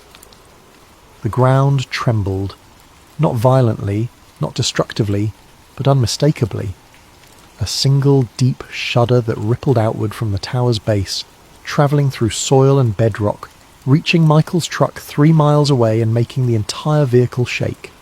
His coffee thermos toppled over, the binoculars bounced against his chest, and the chanting exploded into something primal and ecstatic and absolutely terrifying. Chapter 13. The Pulse of Awakening. The tower began to sing. That's the only word Michael could use later when he tried to describe it to himself when he lay. Awake at 3 a.m, wondering if he'd imagined the whole thing, or if reality really was that strange. The tower sang. A deep resonant tone, felt more than heard, vibrating through earth and air and bone with such intensity that Michael's vision blurred. It wasn't mechanical, it wasn't geological, it wasn't any sound a rock should make, it was organic, alive.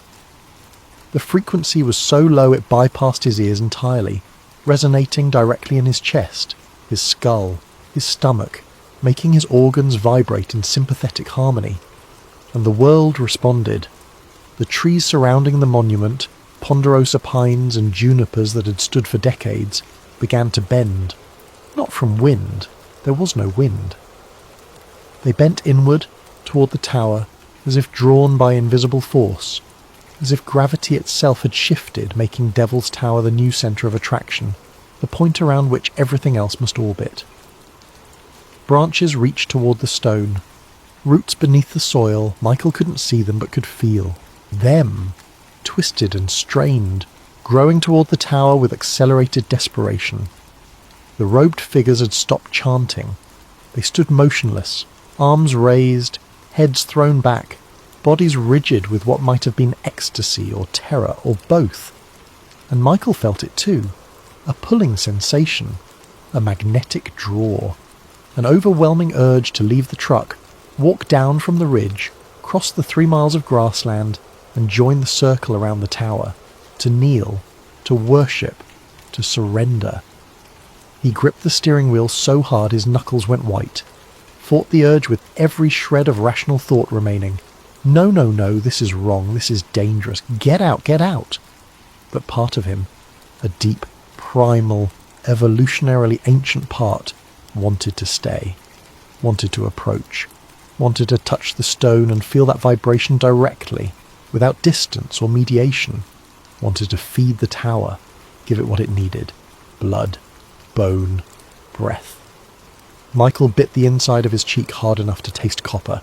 The pain anchored him, reminded him he was separate, individual, not part of the collective consciousness that seemed to be forming around Devil's Tower, turning 23 separate minds into a single organism, pulsing in synchrony with ancient stone.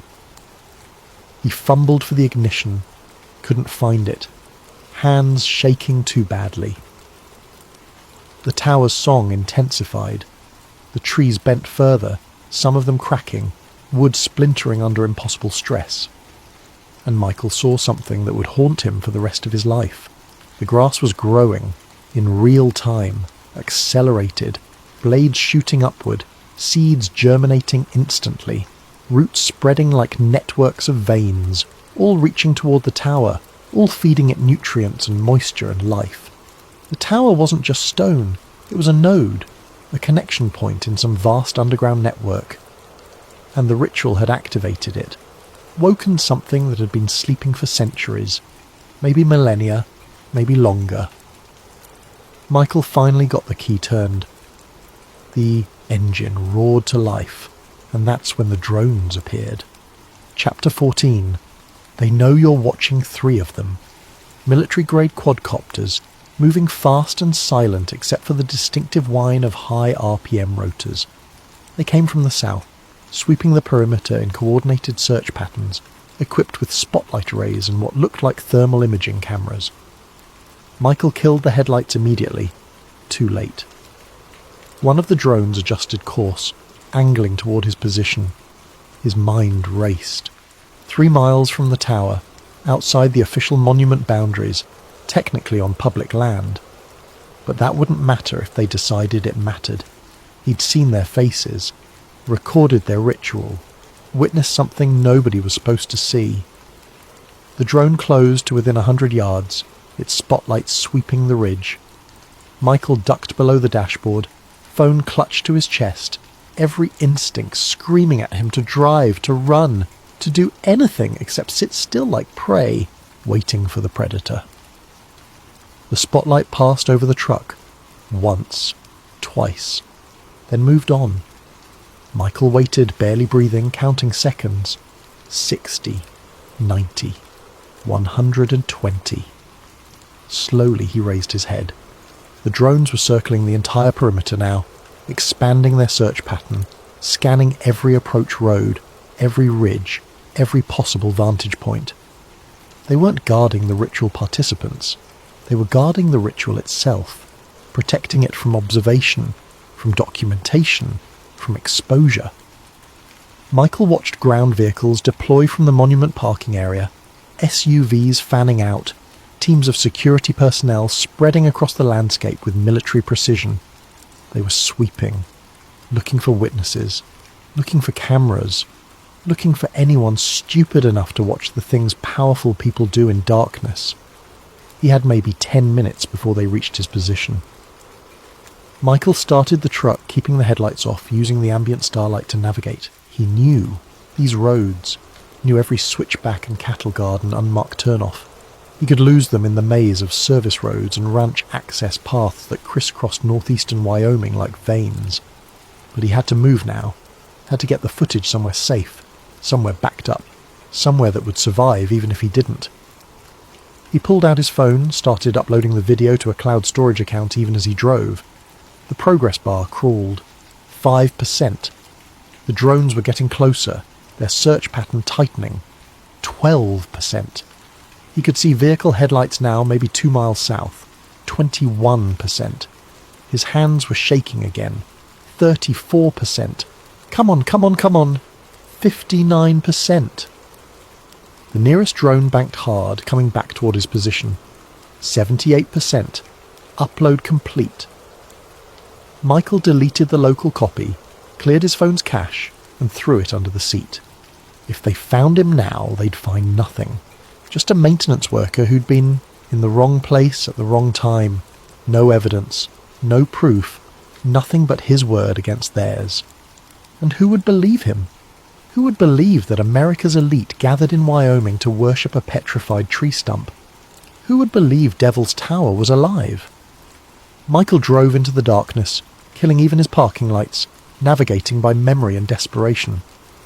Behind him, the tower pulsed one final time, and then went dark. Chapter 15. The morning after. Michael didn't go home. He drove east, putting miles between himself and the monument, finally pulling into a truck stop near Sundance at 2:30 a.m.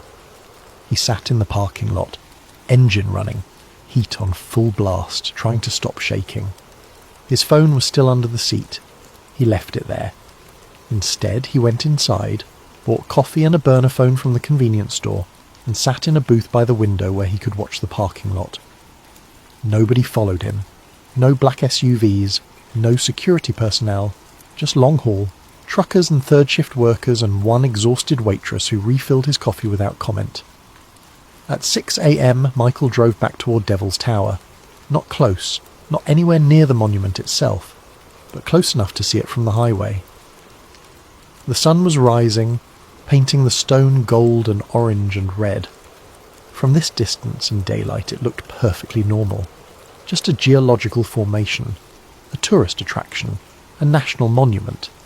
There were no vehicles in the parking area, no security perimeter, no evidence that anything unusual had occurred. Michael pulled over at a scenic overlook, got out of the truck, walked to the information placard that explained the tower's formation. Devil's Tower formed approximately 60 million years ago when magma intruded into sedimentary rocks, but cooled before reaching the surface.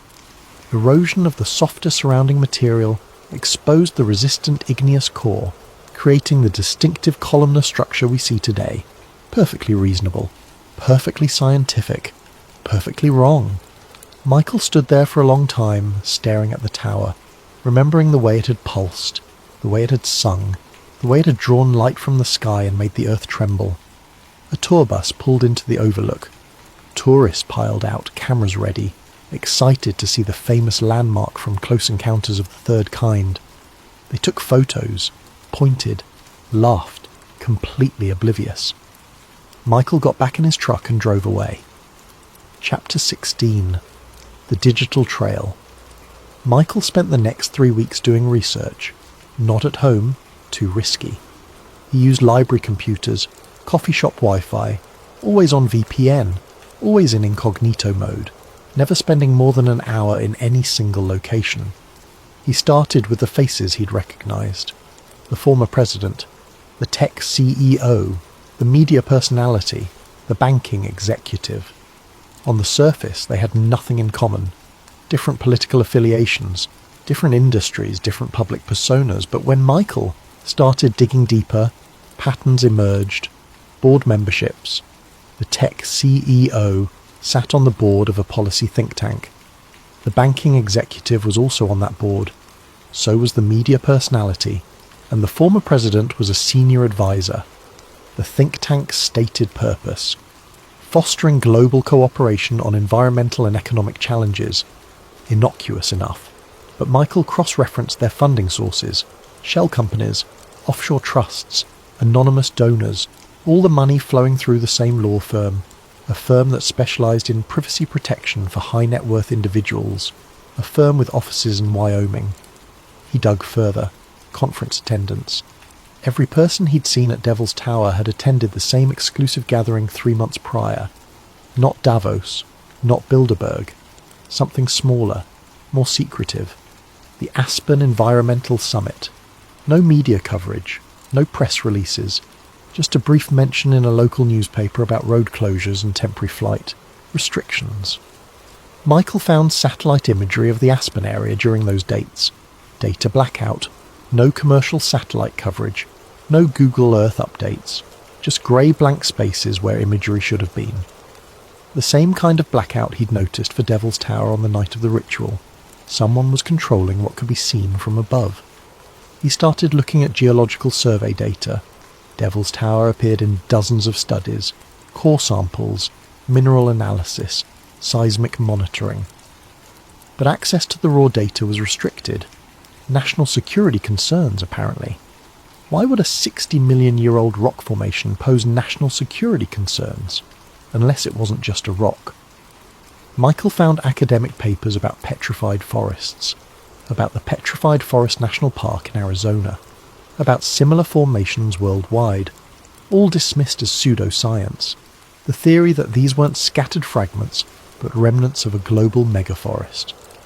But one paper, published in an obscure geology journal in 1973, took the theory seriously.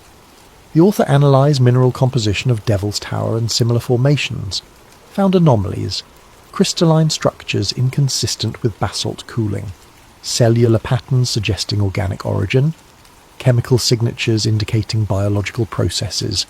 The paper concluded further investigation warranted into alternative formation hypotheses. The author disappeared 6 months after publication. Not dramatically, not suspiciously, just stopped publishing, stopped teaching, vanished from academic circles. Michael found an obituary from 1978. Died of natural causes, age 41. Chapter 17. The Root Network Theory. The more Michael researched, the more the theory crystallized. Earth had once been different. Fundamentally, radically different. Not millions of years ago, not during the age of dinosaurs, more recently, within human memory. Not recorded human history, the 5,000 years of civilizations and empires and written records. But human memory, the deep ancestral memory encoded in myth and legend and creation stories. Every ancient culture had the same basic narrative. A golden age, a paradise, a time when the world was different, when trees grew to impossible heights, when the sky was closer, when giants walked the earth, then catastrophe, flood, fire, divine punishment, the world remade, the paradise lost. What if those weren't metaphors? What if Earth had been covered in megatrees, organisms so massive they created their own ecosystems, their own atmospheric effects, their own gravitational influences, trees whose trunks were miles wide? whose canopies touched the edge of space, whose roots penetrated to the mantle, connected underground in vast networks, sharing nutrients and information and consciousness. Not individual organisms, but a single planetary entity, a world forest. And what if something had cut them down?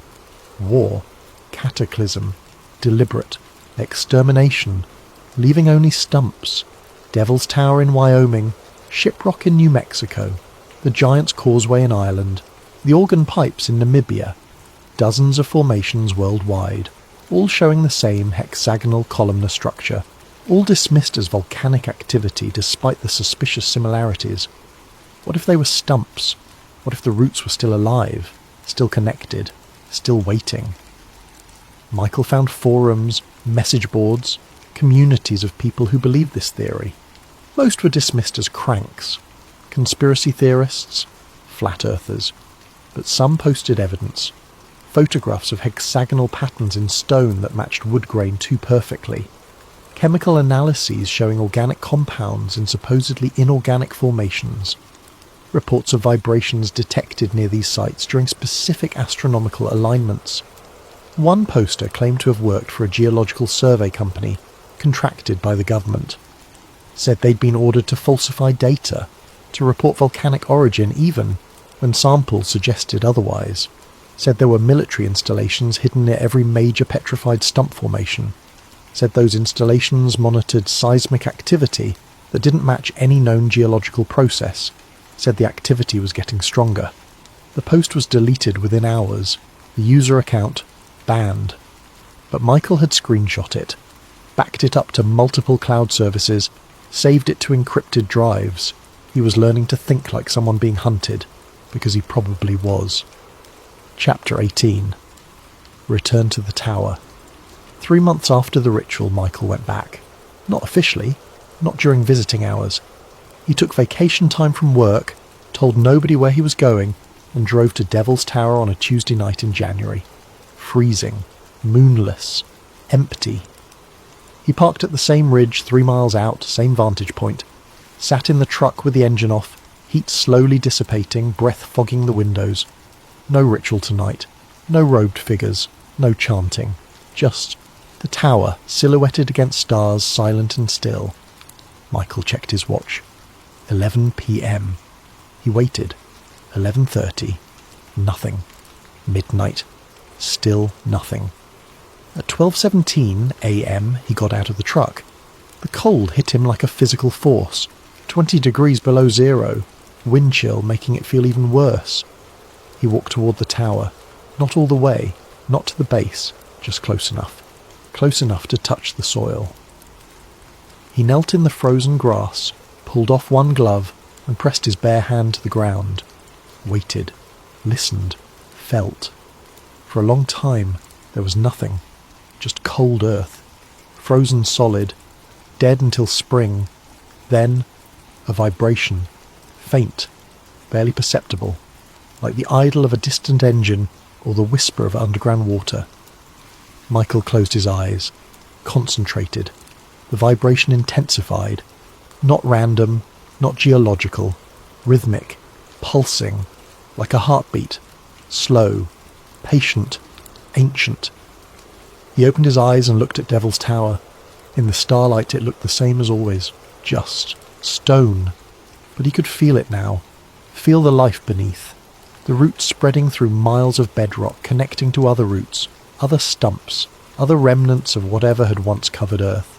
A network, planetary in scale, still alive, still aware, still waiting. Michael heard something then, not with his ears, in his mind.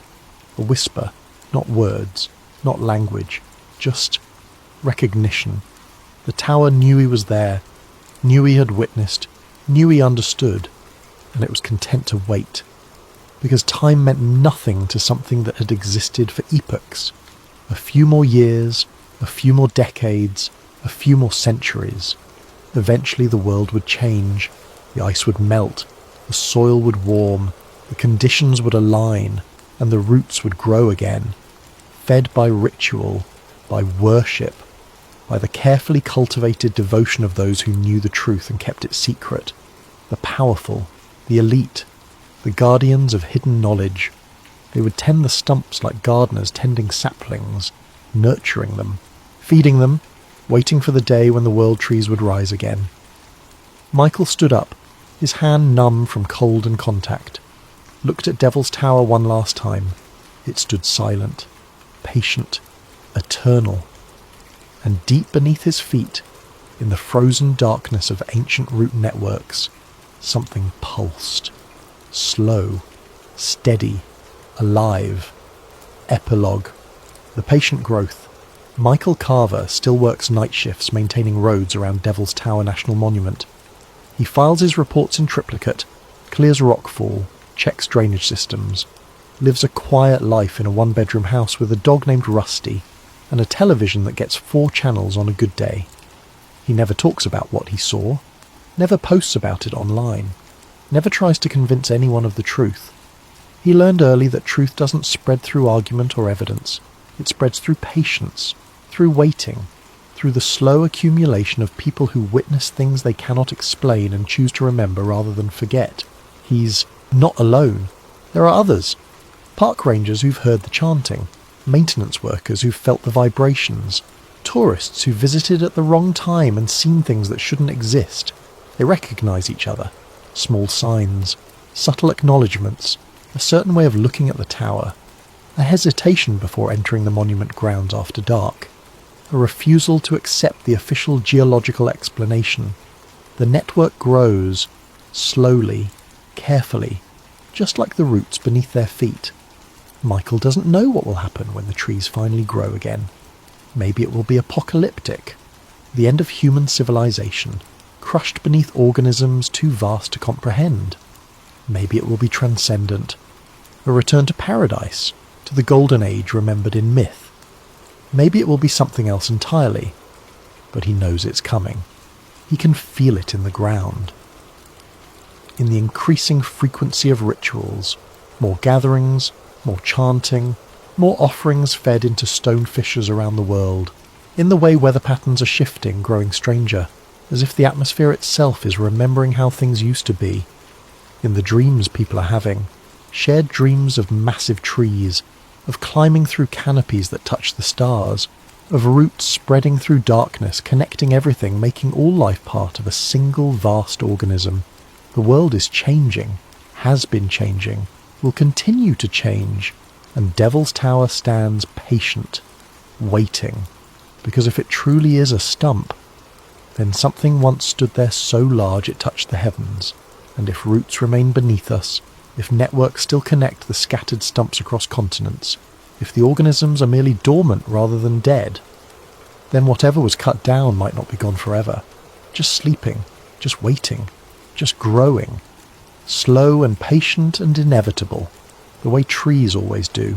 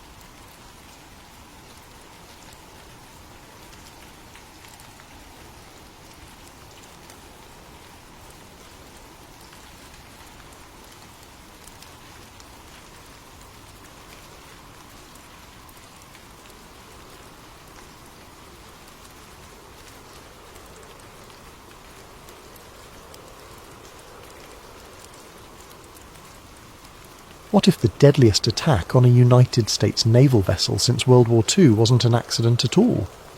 What if 34 Americans died not in confusion, but as collateral damage in a weapons test so secret that the US government spent 50 years burying the truth beneath layers of classified silence? Before we dive into this story, I want to give a massive thank you to Mr. Hill420 and so many others who suggested this topic. Your curiosity drives these investigations, and I'm grateful for it. If you have ideas for future videos, drop them in the comments below. Now let's explore what really happened on June 8th, 1967 in the Eastern Mediterranean, and why the echoes of that day still reverberate through classified channels today. Act 1. The Silence Before the Storm. June 8th, 1967, 1400 local time. Eastern Mediterranean, 25 nautical miles off the Sinai coast. The USS Liberty cut through calm waters under a flawless Mediterranean sky. At 455 feet long and displacing over 10,000 tons, the modified Victory-class cargo ship looked unremarkable, a rusting relic of World War II pressed back into service. But appearances deceived. Bristling with antennas, microwave dishes, and SIGINT collection arrays, Liberty was the NSA's floating ear in the Middle East, listening to a region on the brink of tearing itself apart. The Six-Day War had erupted 4 days earlier.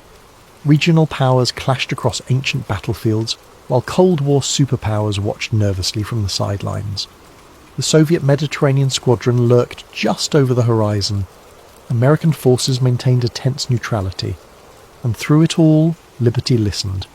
Below decks, in the cramped research spaces that reeked of coffee, cigarette smoke and hot electronics, 45 cryptologic technicians from the Naval Security Group worked in shifts.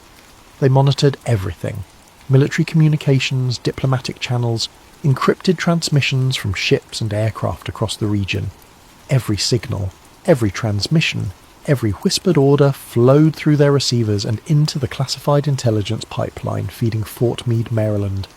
Petty Officer First Class Mark Reynolds had been on station for 6 hours straight. At 24 years old, he possessed the kind of focused intensity that made him perfect for signals intelligence work, able to distinguish signal from noise in the chaotic electromagnetic spectrum of a war zone.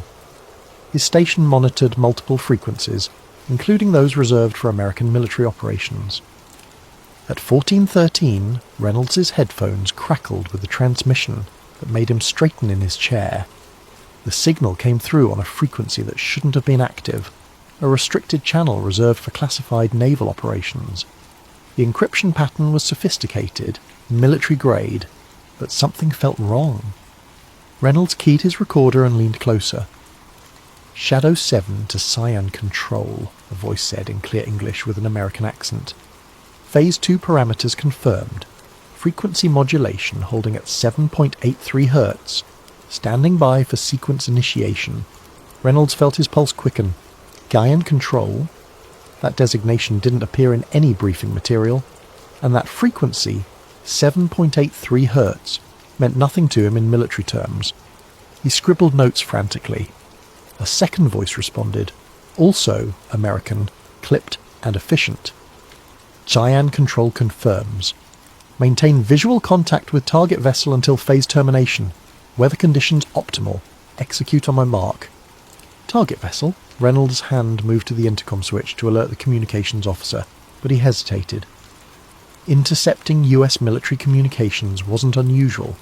The NSA gathered signals from American forces routinely for training and verification purposes. But this felt different. That frequency, the deliberate emphasis on visual contact, the designation Cyan. He never got the chance to report it. At 14:14, the radar operator 2 compartments forward shouted into the circuit. "Multiple surface contacts bearing 090, range 30 miles and closing. Fast movers. Confirmed aircraft." On the bridge, Commander William McGonigal lowered his binoculars and squinted into the eastern sky. He'd been tracking distant aircraft for the past 20 minutes, reconnaissance flights he'd assumed. The Liberty flew an American flag the size of a garage door. Her hull number was clearly visible. In these conditions, with visibility exceeding 10 miles and zero wind, there was no possibility of confusion. At 14:15, 3 unidentified jet fighters dropped from high altitude and screamed toward the Liberty at 500 knots.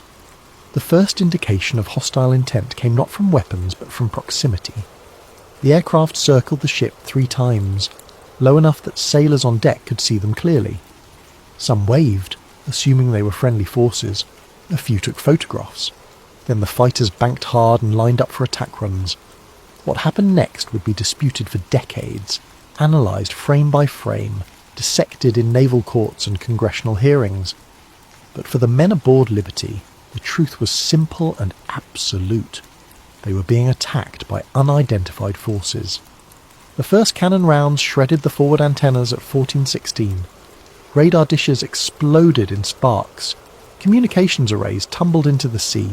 The aircraft made multiple passes, their weapons stitching lines of destruction across the deck and superstructure.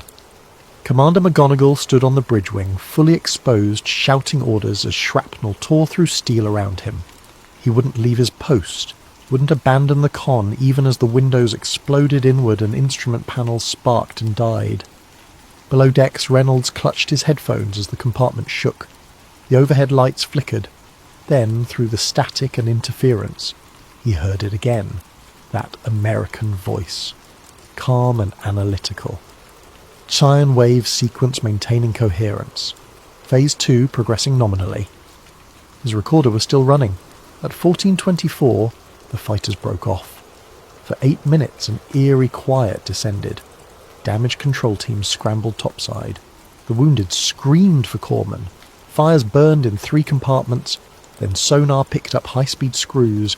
3 unidentified torpedo boats emerged from the coastal haze, their decks crowded with sailors manning deck guns. They opened fire immediately, 40mm and 20mm rounds hammering the Liberty's hull, shredding life rafts, killing sailors who'd made it to the deck. At 14:31, one of the boats fired a torpedo.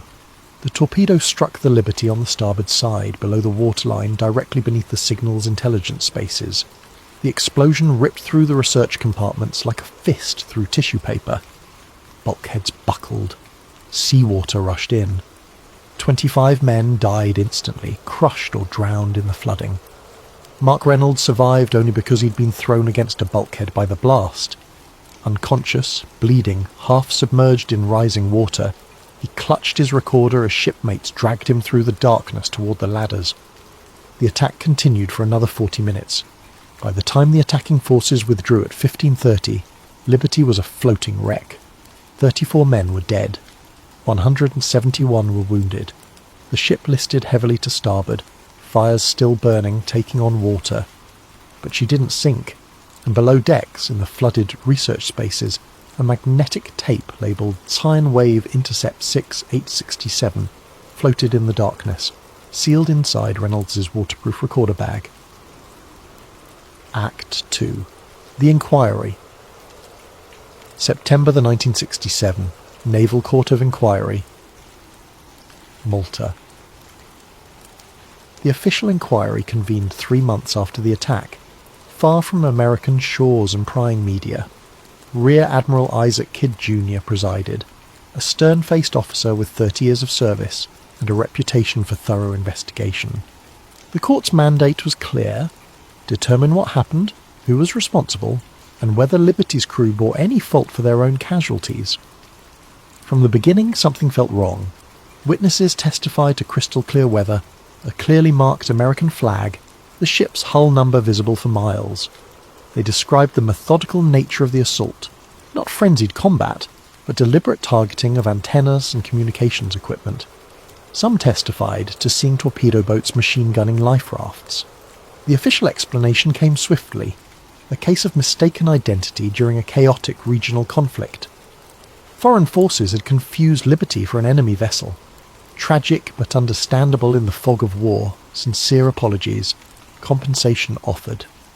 The American government accepted this explanation within hours of the attack, but the evidence suggested otherwise. On the 3rd day of testimony, Mark Reynolds took the stand. His face was still mottled with burn scars, his left hand bandaged. He walked with a pronounced limp. The court recorder noted that he seemed nervous, kept glancing at the door. Admiral Kidd asked him to describe his duties on June 8th. Reynolds began with routine details, his station, his assignment, the frequencies he monitored. Then he paused. "Sir, I need to submit evidence," Reynolds said quietly. "What sort of evidence, Petty Officer?" "An audio recording. I made it during the attack. It contains transmissions I intercepted on a secure frequency, American voices coordinating the attack sequence." The courtroom went silent. Kidd leaned forward. "You recorded American personnel coordinating an attack on an American vessel?" "I don't know what I recorded, sir. But the voices were American. They used a designation I'd never heard before, Cyan Wave. They spoke about phase sequences, frequency modulation, maintaining visual contact with the target vessel." Reynolds produced a reel-to-reel tape from a canvas bag, labelled in his own handwriting. "Cyan Wave Intercept 6867. A Navy lawyer immediately objected. The tape hadn't been submitted through proper evidence channels. Its chain of custody was questionable. Reynolds himself admitted he'd kept it hidden for 3 months, afraid of what might happen if he turned it over. Admiral Kidd examined the tape without playing it. "This will be entered into evidence and reviewed by appropriate authorities. Petty Officer Reynolds, you are to discuss this with no one outside this court. Is that clear?" "Yes, sir." The tape was logged as Evidence Item 47B, placed in a sealed envelope and transferred to a secure evidence locker. It vanished. No official record of the tape exists in the declassified inquiry documents. Reynolds' testimony about it was redacted from the public version of the proceedings. When he tried to follow up weeks later, he was told the tape had been misplaced during transfer to NSA custody for technical analysis. 3 months later, Reynolds received orders to a submarine tender in the Pacific. His security clearance was administratively reduced. His service record noted, "Not recommended for cryptologic assignments." He never spoke publicly about Liberty or Cyan Wave again. Fort Meade, Maryland, November 1967. NASA headquarters. Linda Baker had worked for the National Security Agency for 11 years, analysing signals intelligence from every corner of the globe. At 36, she was one of the senior analysts in the Naval SIGINT Division, trusted with the most sensitive intercepts. In November 1967, she was tasked with reviewing backup recordings from the Liberty attack, part of the NSA's internal assessment of what went wrong with their intelligence collection that day. The work was tedious. Hours of radio chatter, static, routine military communications. But Baker had a gift for pattern recognition, for seeing anomalies others missed. On her 4th day reviewing the backups, she noticed something odd. At several points during the attack, 1414, 1422, 1429 and 1441, her spectrum analysis showed unusual electromagnetic activity. Brief bursts of extremely low-frequency interference, lasting only seconds but powerful enough to partially distort other signals. She ran the frequencies through analysis software, 7.83 Hz, repeating. Baker frowned. That frequency was known as the Schumann resonance, the natural electromagnetic frequency of the Earth's ionosphere, created by lightning discharges globally. It had nothing to do with military communications. Radio equipment didn't operate at that frequency. It was too low, too weak, essentially background noise of the planet itself. So why did it appear in military signal intercepts at the exact moments of Liberty's attack phases? She wrote a technical memo and submitted it through channels. The response came back 3 days later. Technical artifact. Atmospheric interference. No intelligence value. But Baker wasn't satisfied. She cross-referenced the timing against the attack timeline reconstructed from survivor testimony.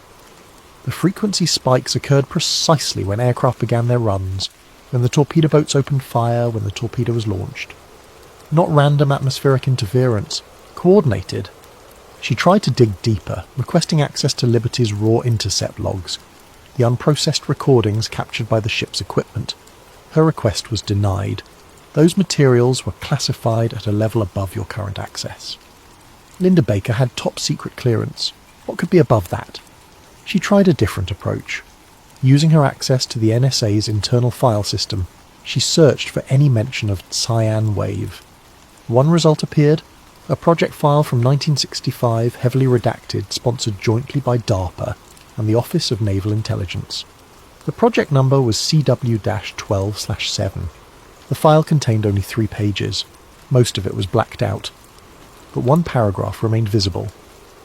Project Scion Wave explores applications of extremely low-frequency electromagnetic modulation for tactical radar signature manipulation. Testing requires controlled combat environment with multiple sensor platforms. Operational security classification, Cosmic Top Secret. Cosmic Top Secret was a NATO designation, higher than anything in the standard US classification system.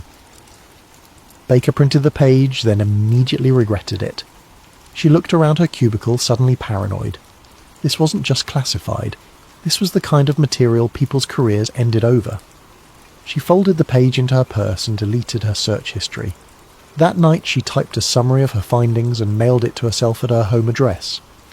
If something happened to her at work, if these files disappeared, or she was suddenly reassigned, at least she'd have proof she'd seen them. 2 weeks later, her supervisor called her into a meeting. NSA Security was conducting a routine review of database access logs. Nothing to worry about, just standard procedure. They asked her about her search for Scion Wave. Baker kept her face neutral. I came across the term in a Liberty Intercept backup and wanted to understand the context. And did you? No, the file was mostly redacted. The security officer smiled. Good. That means the classification system is working. In the future, if you encounter project names you don't recognize, please submit an information request through proper channels rather than searching directly. Understood. Understood. She wasn't reassigned, her clearance wasn't revoked, but the message was clear: some doors stay closed. Linda Baker returned to her routine work, analysing intercepts from Vietnam and the Soviet Union. She never searched for Scion Wave again, but she kept that printed page hidden in a safety deposit box. Act 3. The Declassified Ghost. 2003 to 2017. The Long Thaw. In the years following the Cold War's end, the intelligence community slowly began declassifying historical materials under the Freedom of Information Act. Thousands of pages from the 1960s and 70s filtered into public archives, NSA operational summaries, CIA memoranda, military intelligence assessments. The USS Liberty attack, still controversial decades later, attracted particular attention from researchers and conspiracy theorists. Survivors had formed advocacy groups. Journalists had written books questioning the official mistaken identity narrative. The government maintained its story quietly but firmly. In 2003, the NSA released the first batch of Liberty-related intercepts, heavily redacted but enough to confirm that the agency had been monitoring communications in real time during the attack. Linda Baker, now retired and 72 years old, read about the release in the Washington Post. She'd thought about that day in 1967 occasionally over the decades, wondered what had really happened to that tape, whether anyone else had noticed those strange frequency spikes. She requested her old security clearance be reactivated, a privilege available to retired intelligence personnel for consulting work. The approval took 6 months, but eventually she received her credentials and access to the NSA's historical archives in College Park, Maryland. She spent 3 weeks reading through the declassified Liberty materials. Most of it she'd seen before: the attack timeline, intercept summaries, damage reports. But then she noticed something. In the official NSA summary from June 1967, the page numbers jumped. Page 13 was followed by page 15. Page 14 was missing. Baker checked the original classification log. Page 14 had been titled Classified Naval Operations, Coordination with Advanced Research Projects. That page remained classified. She submitted a FOIA request for page 14 specifically. The response took 2 years. Denied. Material still classified in the interest of national security. But Baker had spent 11 years at NSA. She knew how to read around redactions, how to find information in metadata and file structures. She started pulling every document from 1967 that referenced classified naval operations in the Mediterranean. Most were routine: submarine deployments, carrier group movements, Soviet naval tracking operations. Then she found it. A budget document from early 1967, listing project expenditures for the Office of Naval Research. Buried in a table of appropriations, CW 12/7, Field Test Coordination, $8.7 million. The date range, May 15th, 1967 to June 30th, 1967, exactly covering the period of the Six-Day War. Baker's hands trembled as she photographed the page with her phone. After 50 years, proof that sine wave wasn't a phantom, wasn't something she'd imagined. She kept digging. Over the next 2 years she found fragments. A 1968 memo from DARPA referencing successful field demonstration of phase cancellation radar spoofing technology in operational environment. A 1970 patent application, US Patent 5,159,703, for electromagnetic signature modulation device, listing 3 inventors from Raytheon Advanced Systems and the Naval Research Laboratory. A 1982 intelligence report on Soviet radar capabilities noting, Soviet naval defense systems exhibit vulnerability to low-frequency phase modulation, similar to effects observed during classified operations in 1967. The pattern was unmistakable. Sine wave had been real, it had been tested, and Liberty had been there when it happened. But why attack the ship? If Liberty was collecting data for the NSA, if this was an American military operation, why would they attack their own intelligence vessel? Unless Liberty wasn't supposed to be there, unless the ship's presence was unauthorized, and its advanced listening equipment threatened to record something that was never meant to be recorded. Unless Liberty itself was the target, not by foreign forces, but by elements within the US military, conducting a weapons test that required complete secrecy. 2017. The breakthrough. In March 2017, the NSA released another batch of Liberty documents, the most extensive yet, over 3,000 pages. Researchers around the world began combing through them. Linda Baker, now 86 and fighting lung cancer, received a call from James Wilson, a historian at the Naval War College who'd been studying Liberty for 2 decades. "Linda, I found something," Wilson said, "in the intercept logs. There's a reference to your name." "What kind of reference?" "A memo from December 1967. Subject: Analyst concerns regarding low-frequency interference in Liberty intercepts. It says you submitted a technical report about unusual electromagnetic readings during the attack. Did you?" "Yes. They told me it was atmospheric interference. The memo says your analysis was forwarded to something called the Advanced Concepts Group for evaluation. That group reported directly to the NSA director. Whatever you found, Linda, it went to the very top." Baker felt a chill. "What else does it say?" "That your findings were consistent with expected technical signatures of active countermeasure systems." "Linda, they knew. They knew what you'd found, and they buried it." "Can you send me that memo?" "Already did. Check your email." Baker opened her laptop with shaking hands. The memo appeared on screen, typed on NSA letterhead, signed by an assistant director whose name had been redacted. One sentence leaped out at her. Analyst Baker's detection of 7.83 Hz modulation during combat operations confirmed successful field implementation of Project CW 12/7 parameters. Successful field implementation? They'd tested their radar spoofing technology using Liberty as an unwitting target, used it to make the ship appear and disappear on radar screens, creating confusion, creating plausible deniability for an attack that would destroy the evidence of the test itself. 34 Americans had died to protect a secret weapons program. But who had conducted the actual attack? Foreign forces used as unwitting proxies, unmarked US aircraft and vessels, mercenaries hired through intelligence cutouts. The memo didn't say. Perhaps that was the final layer of the secret, ensuring that even if the truth about sine wave emerged, no one could definitively prove who had pulled the triggers. Baker stared at the screen for a long time. Then she picked up the phone and called someone she thought she'd never contact again. Act 4. The recording. 2025, 8 years later, Washington, D.C. Evan Carter was 34 years old and tired of writing about budget hearings and committee appointments. for the Washington political blog that employed him. He'd gone into journalism to expose corruption, to hold power accountable. Instead, he spent his days rewriting press releases and attending briefings where nobody said anything real. Then a package arrived at his office with no return address, postmarked from Newport News, Virginia, home to the largest naval shipyard on the East Coast. Inside was a reel-to-reel tape in a waterproof bag, labelled in faded ink, Sine Wave Intercept 6867. Also inside, a typed note on yellowed paper. "Mr. Carter, you don't know me, but I know your work. This recording was made aboard USS Liberty during the attack on June 8th, 1967. I was told to destroy it. I couldn't. Before I die, someone should hear what really happened that day. Listen carefully. Look for Sine Wave. They're still using it. MR." Carter's first instinct was to throw it away. Anonymous packages, conspiracy theories about 50-year-old incidents.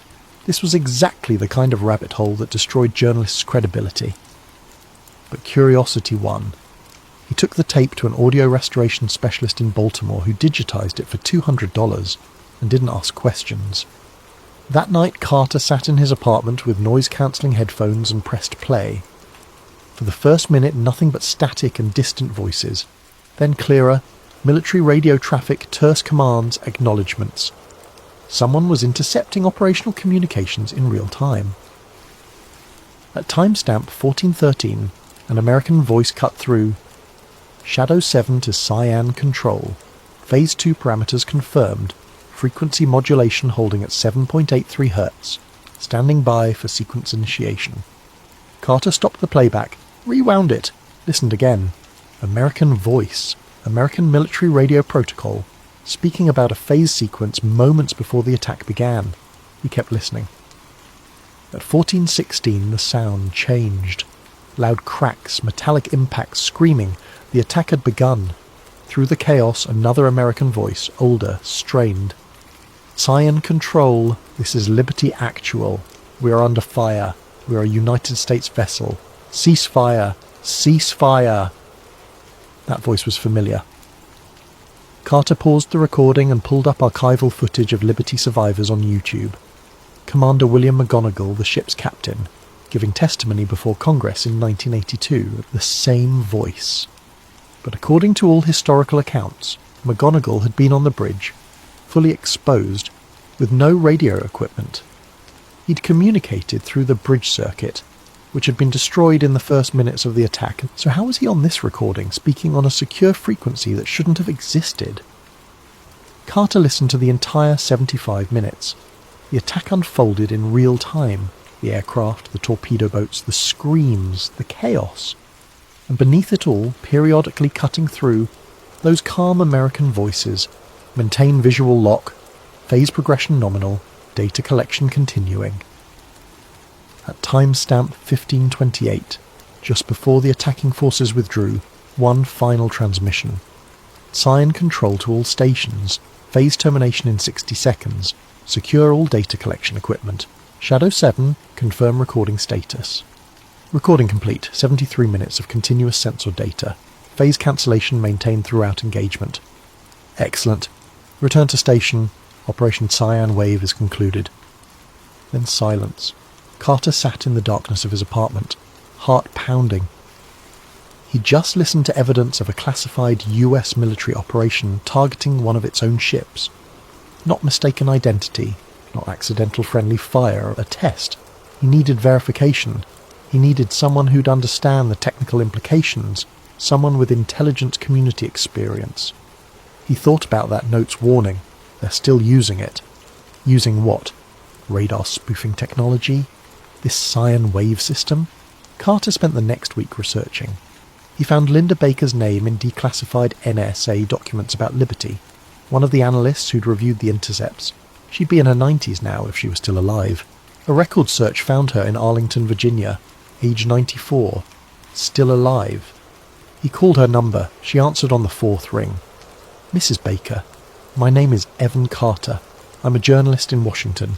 I have a recording I think you need to hear." "What kind of recording?" "It's labelled Cyan Wave Intercept, from June 8th, 1967. The line went silent for so long Carter thought she'd hung up.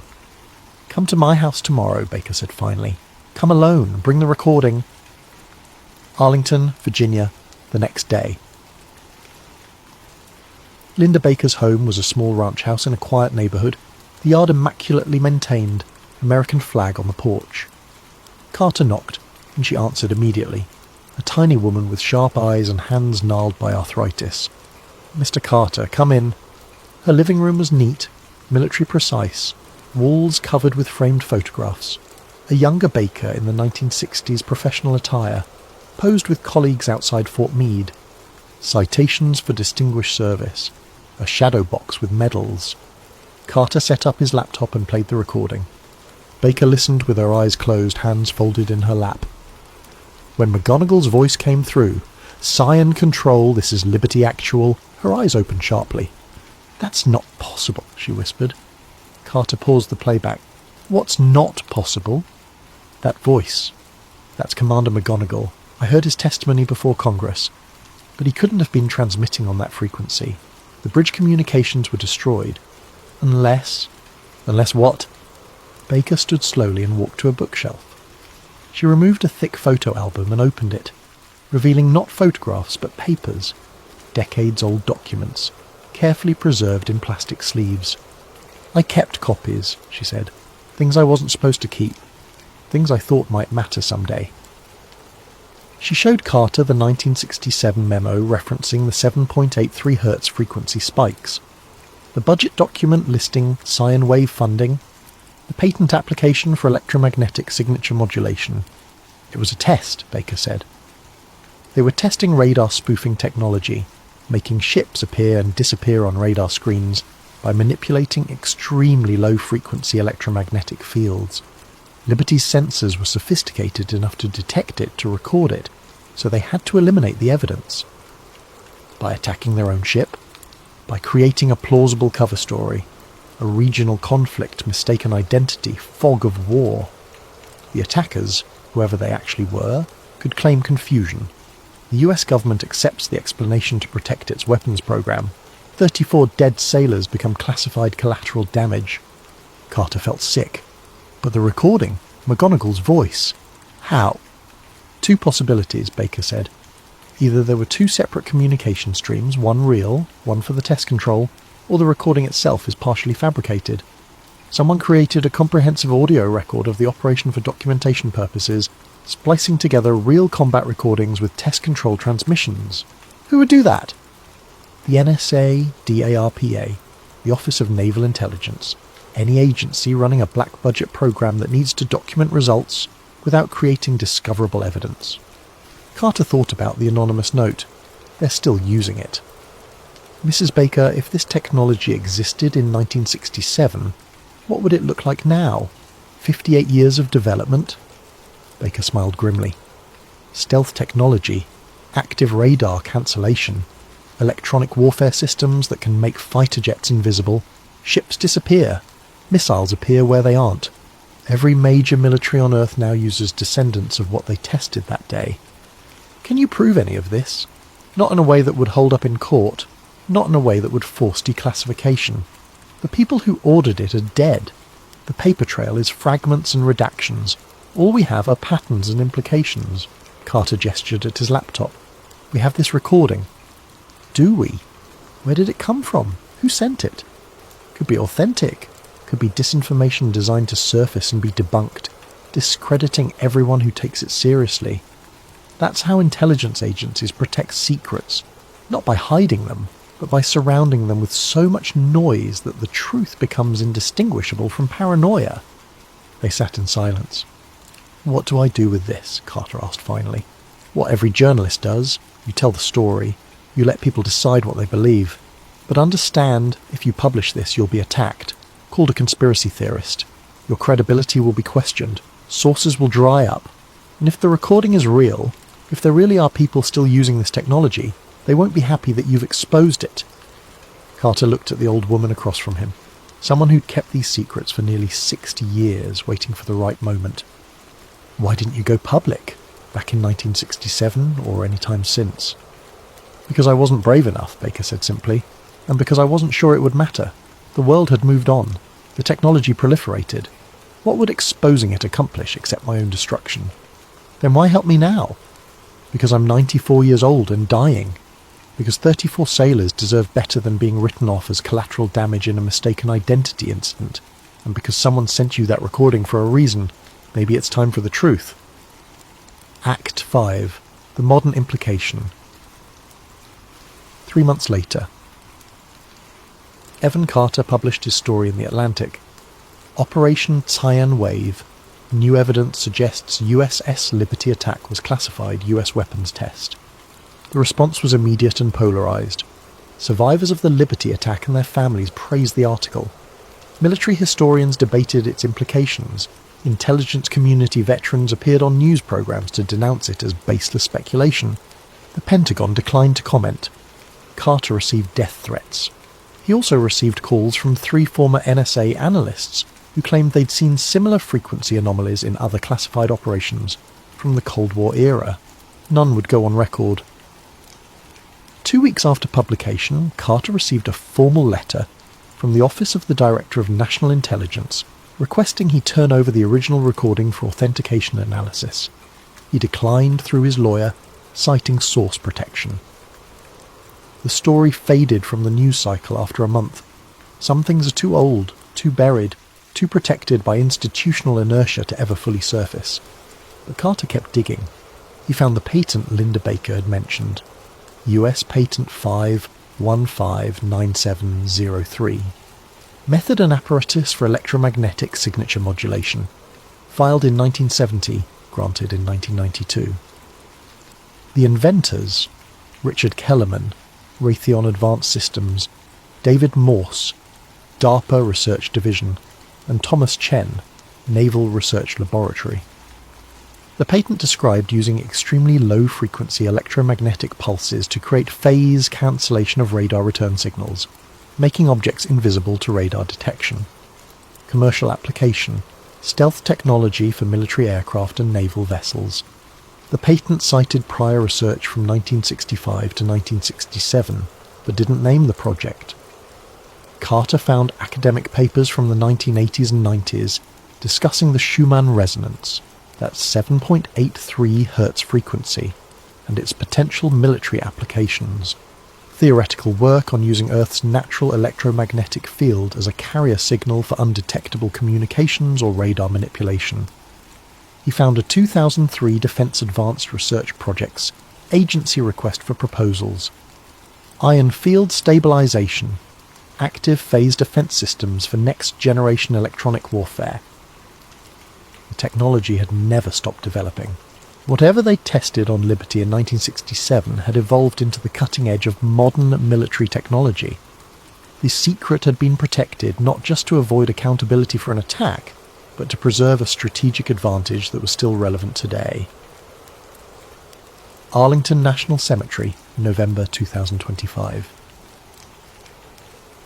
On a cold afternoon, 58 years after the attack, the US Navy unveiled a memorial plaque for the USS Liberty at Arlington National Cemetery. A small ceremony, attended by aging survivors, family members, and a handful of Navy officials. Linda Baker attended in a wheelchair, oxygen tank at her side. She watched as a Marine Honor Guard presented the colours, and a Navy chaplain offered prayers for the dead. When the ceremony ended, a man in civilian clothes approached her. Late 50s, grey suit, no identifying credentials. "Mrs. Baker? I'm with the Office of Naval Intelligence, thank you for attending." "Did you know them?" "The men who died?" "No, ma'am. Before my time, but I wanted to thank you personally." "For what?" "For your service. For your discretion over the years. For helping close an old file." Baker looked at him sharply. "I didn't close anything. The journalist's story is still out there." The man smiled. "Stories fade. Conspiracy theories multiply and discredit themselves. What matters is that the institutional memory remains consistent. Tragic accident. Mistaken identity. Fog of war. Some things are better left under the waterline where they belong." He handed her a business card, blank except for a phone number. "If you ever need anything, Mrs. Baker, the Navy takes care of its own." He walked away before she could respond. That night, Baker sat in her living room, too tired to sleep. She thought about Mark Reynolds, whoever he was now, whatever had happened to him. She thought about the men who died on liberty. She thought about all the secrets she'd kept and all the years that had passed. Her computer chimed. Incoming email. The sender address was a random string of characters, no subject line. She opened it. The message contained only 2 lines of text and an audio file attachment. Echo phase reactivated. Frequency 7.83 Hz detected. Eastern Med Array. Baker's hand trembled as she clicked the attachment. A waveform appeared on her screen. Audio data, time-stamped from the earlier that day. She plugged in her headphones and pressed play. At first, nothing. White noise. The hiss of distant ocean monitoring equipment. Then, gradually emerging from the background, a low rhythmic pulse. Steady. Measured. Precisely 7.83 Hz. The same frequency she detected 58 years ago. The pulse continued for 30 seconds, growing slightly louder, more distinct, and beneath it so faint she had to turn the volume to maximum. Something else. Not random noise. Pattern. Structure. Multiple voices overlapped and distorted, speaking in fragments. Phase alignment confirmed. Target lock acquired. Maintain visual until... Cyan control. Baker's breath caught. These weren't recordings from 1967. The audio quality was too clean, too digital. This was new, current, happening right now. She checked the timestamp again. November 15th, 2025, 1413 UTC. The exact same time the Liberty attack had begun, 58 years earlier, 1413 local time in the Eastern Mediterranean. It wasn't a coincidence. It couldn't be. Someone was running the system again, in the same location, at the same time, either as a test, a demonstration, or an actual operation. The audio file continued playing. The pulse grew stronger, more insistent, until it began to synchronize with something else, a deeper rhythm, slower, familiar. It took her a moment to recognize it. A heartbeat, human heartbeat rhythm, approximately 60 beats per minute. The electromagnetic pulse was modulating to match it, as if the technology itself had evolved to interface with biological rhythms, making it harder to distinguish from natural background noise. The sound built, layering upon itself, electromagnetic pulse, human heartbeat, those fragmented voices, all blending into a single resonant frequency that made Baker's chest feel tight, her own heart seeming to synchronize with the rhythm coming through her headphones. At exactly 60 seconds, the audio cut out. Silence. Baker sat frozen, headphones still on, staring at her computer screen. The email had already disappeared from her inbox. She checked her deleted folder, her spam folder. Nothing. As if it had never existed.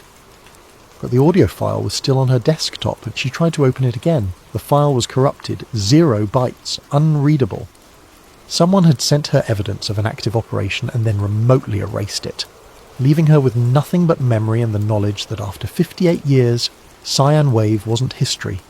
It was still operational, still secret, still being used somewhere in the Eastern Mediterranean at this very moment. Baker closed her laptop and sat in the darkness of her living room. Outside, a cold November wind rattled the windows. The American flag on her porch snapped and rippled. She thought about those 34 sailors, about Mark Reynolds and his stolen tape, about Commander McGonagall standing on that bridge refusing to abandon his post, even as his ship was destroyed around him. She thought about all the secrets she'd kept, all the years of silence and whether any of it had mattered. Her phone sat on the table beside her. She could call Carter, tell him about the email, the audio, the active signal, but what would that accomplish? Another story that would be denied, debunked, dismissed. Or she could do nothing, let it go, die with her secrets intact, having spent her whole life in the shadows of classified operations. Baker picked up the phone. She dialed Carter's number. He answered on the second ring. "Mrs. Baker, are you okay? It's almost midnight." "Mr. Carter," she said quietly, "they're running it again. Right now, same location, same time. I just received proof." "Received from who?" "I don't know. Someone who wants me to know, or wants to see what I'll do with the information." "Do you still have the proof?" "No." It erased itself, but I heard it, Evan, that frequency, those voices. It's not historical, it's active. Right now. Carter was silent for a moment. What do you want me to do? I want you to keep digging. Keep asking questions. Don't let them bury it for another 58 years. Those men deserve better. The truth deserves better. And you? What will you do? Baker looked at the blank business card from the ONI officer, still sitting on her coffee table. I'm going to make a phone call, she said. I'm going to tell them I know. And then I'm going to sleep better than I have in 58 years. They might... I'm 94 years old and dying of cancer, Evan. What are they going to do? The only power they have over me is silence. And I'm done being silent. She hung up before he could argue. Baker sat for a long time, holding that blank business card, thinking about consequences and courage and the weight of truth. Finally, at 12:47 a.m, she dialed the number. It rang once. A voice answered. Male, neutral, professional. Yes? This is Linda Baker. Someone wanted me to know that sine wave is still active. I'm calling to tell you that I know. I've always known. And now someone else knows too. Silence on the line then. Mrs. Baker, I think you may be confused. Perhaps. I'm not confused. I was there from the beginning. I saw the frequency data. I kept the documents. And tonight I heard the same pulse, live, from the Eastern Mediterranean. You can deny it, classify it, bury it under 50 more years of secrecy, but you can't stop the truth from eventually surfacing. Another pause. When the voice returned, it was colder. The truth, Mrs. Baker, is complicated. National security requires difficult decisions. Sometimes the greater good demands sacrifice. Tell that to the 34 men who died. Their sacrifice advanced American defensive capabilities that have protected thousands of lives since. Would you undo that? I would have found another way. One that didn't require killing our own sailors. There was no other way. And if you truly believed what you're saying, you would have gone public decades ago. But you didn't. Because you understand the necessity of secrets. Baker closed her eyes. He was right. She'd had 58 years to speak. She'd chosen silence. Until now. You're right, she said softly. I should have spoken sooner. But I can end my life having finally told the truth. Sine wave happened. It's still happening. And people deserve to know. No one will believe you without proof. And you have none. Maybe. But I'm not the only one who knows anymore. And eventually secrets always surface. Good night, Mrs. Baker. Thank you for your service. The line went dead. Baker set down the phone and exhaled slowly. Her heart was racing. She felt more alive than she had in years. She'd done it. Finally, after all this time, she'd confronted the people who'd buried the truth for 6 decades. Outside, a car started somewhere on her street. Engine noise, headlights briefly washing across her windows, then darkness again. If they were watching, let them watch. She'd said what needed to be said. Baker went to bed and slept deeply for the first time in 58 years. Epilogue. 6 months later, May 2026. Linda Baker died peacefully in her sleep on May 3rd, 2026, at the age of 94. Her obituary in the Washington Post mentioned her distinguished career at the National Security Agency and her contributions to signals intelligence during the Cold War. It did not mention USS Liberty or Sine Wave. Evan Carter attended her funeral in Arlington. A military honor guard was present. Several elderly former NSA colleagues paid their respects. The ONI officer in the grey suit stood in the back, watching. After the service, Carter found a manila envelope on his car windshield, secured under the wiper blade. Inside, a USB drive and a handwritten note in Linda Baker's shaky script, dated 2 weeks before her death.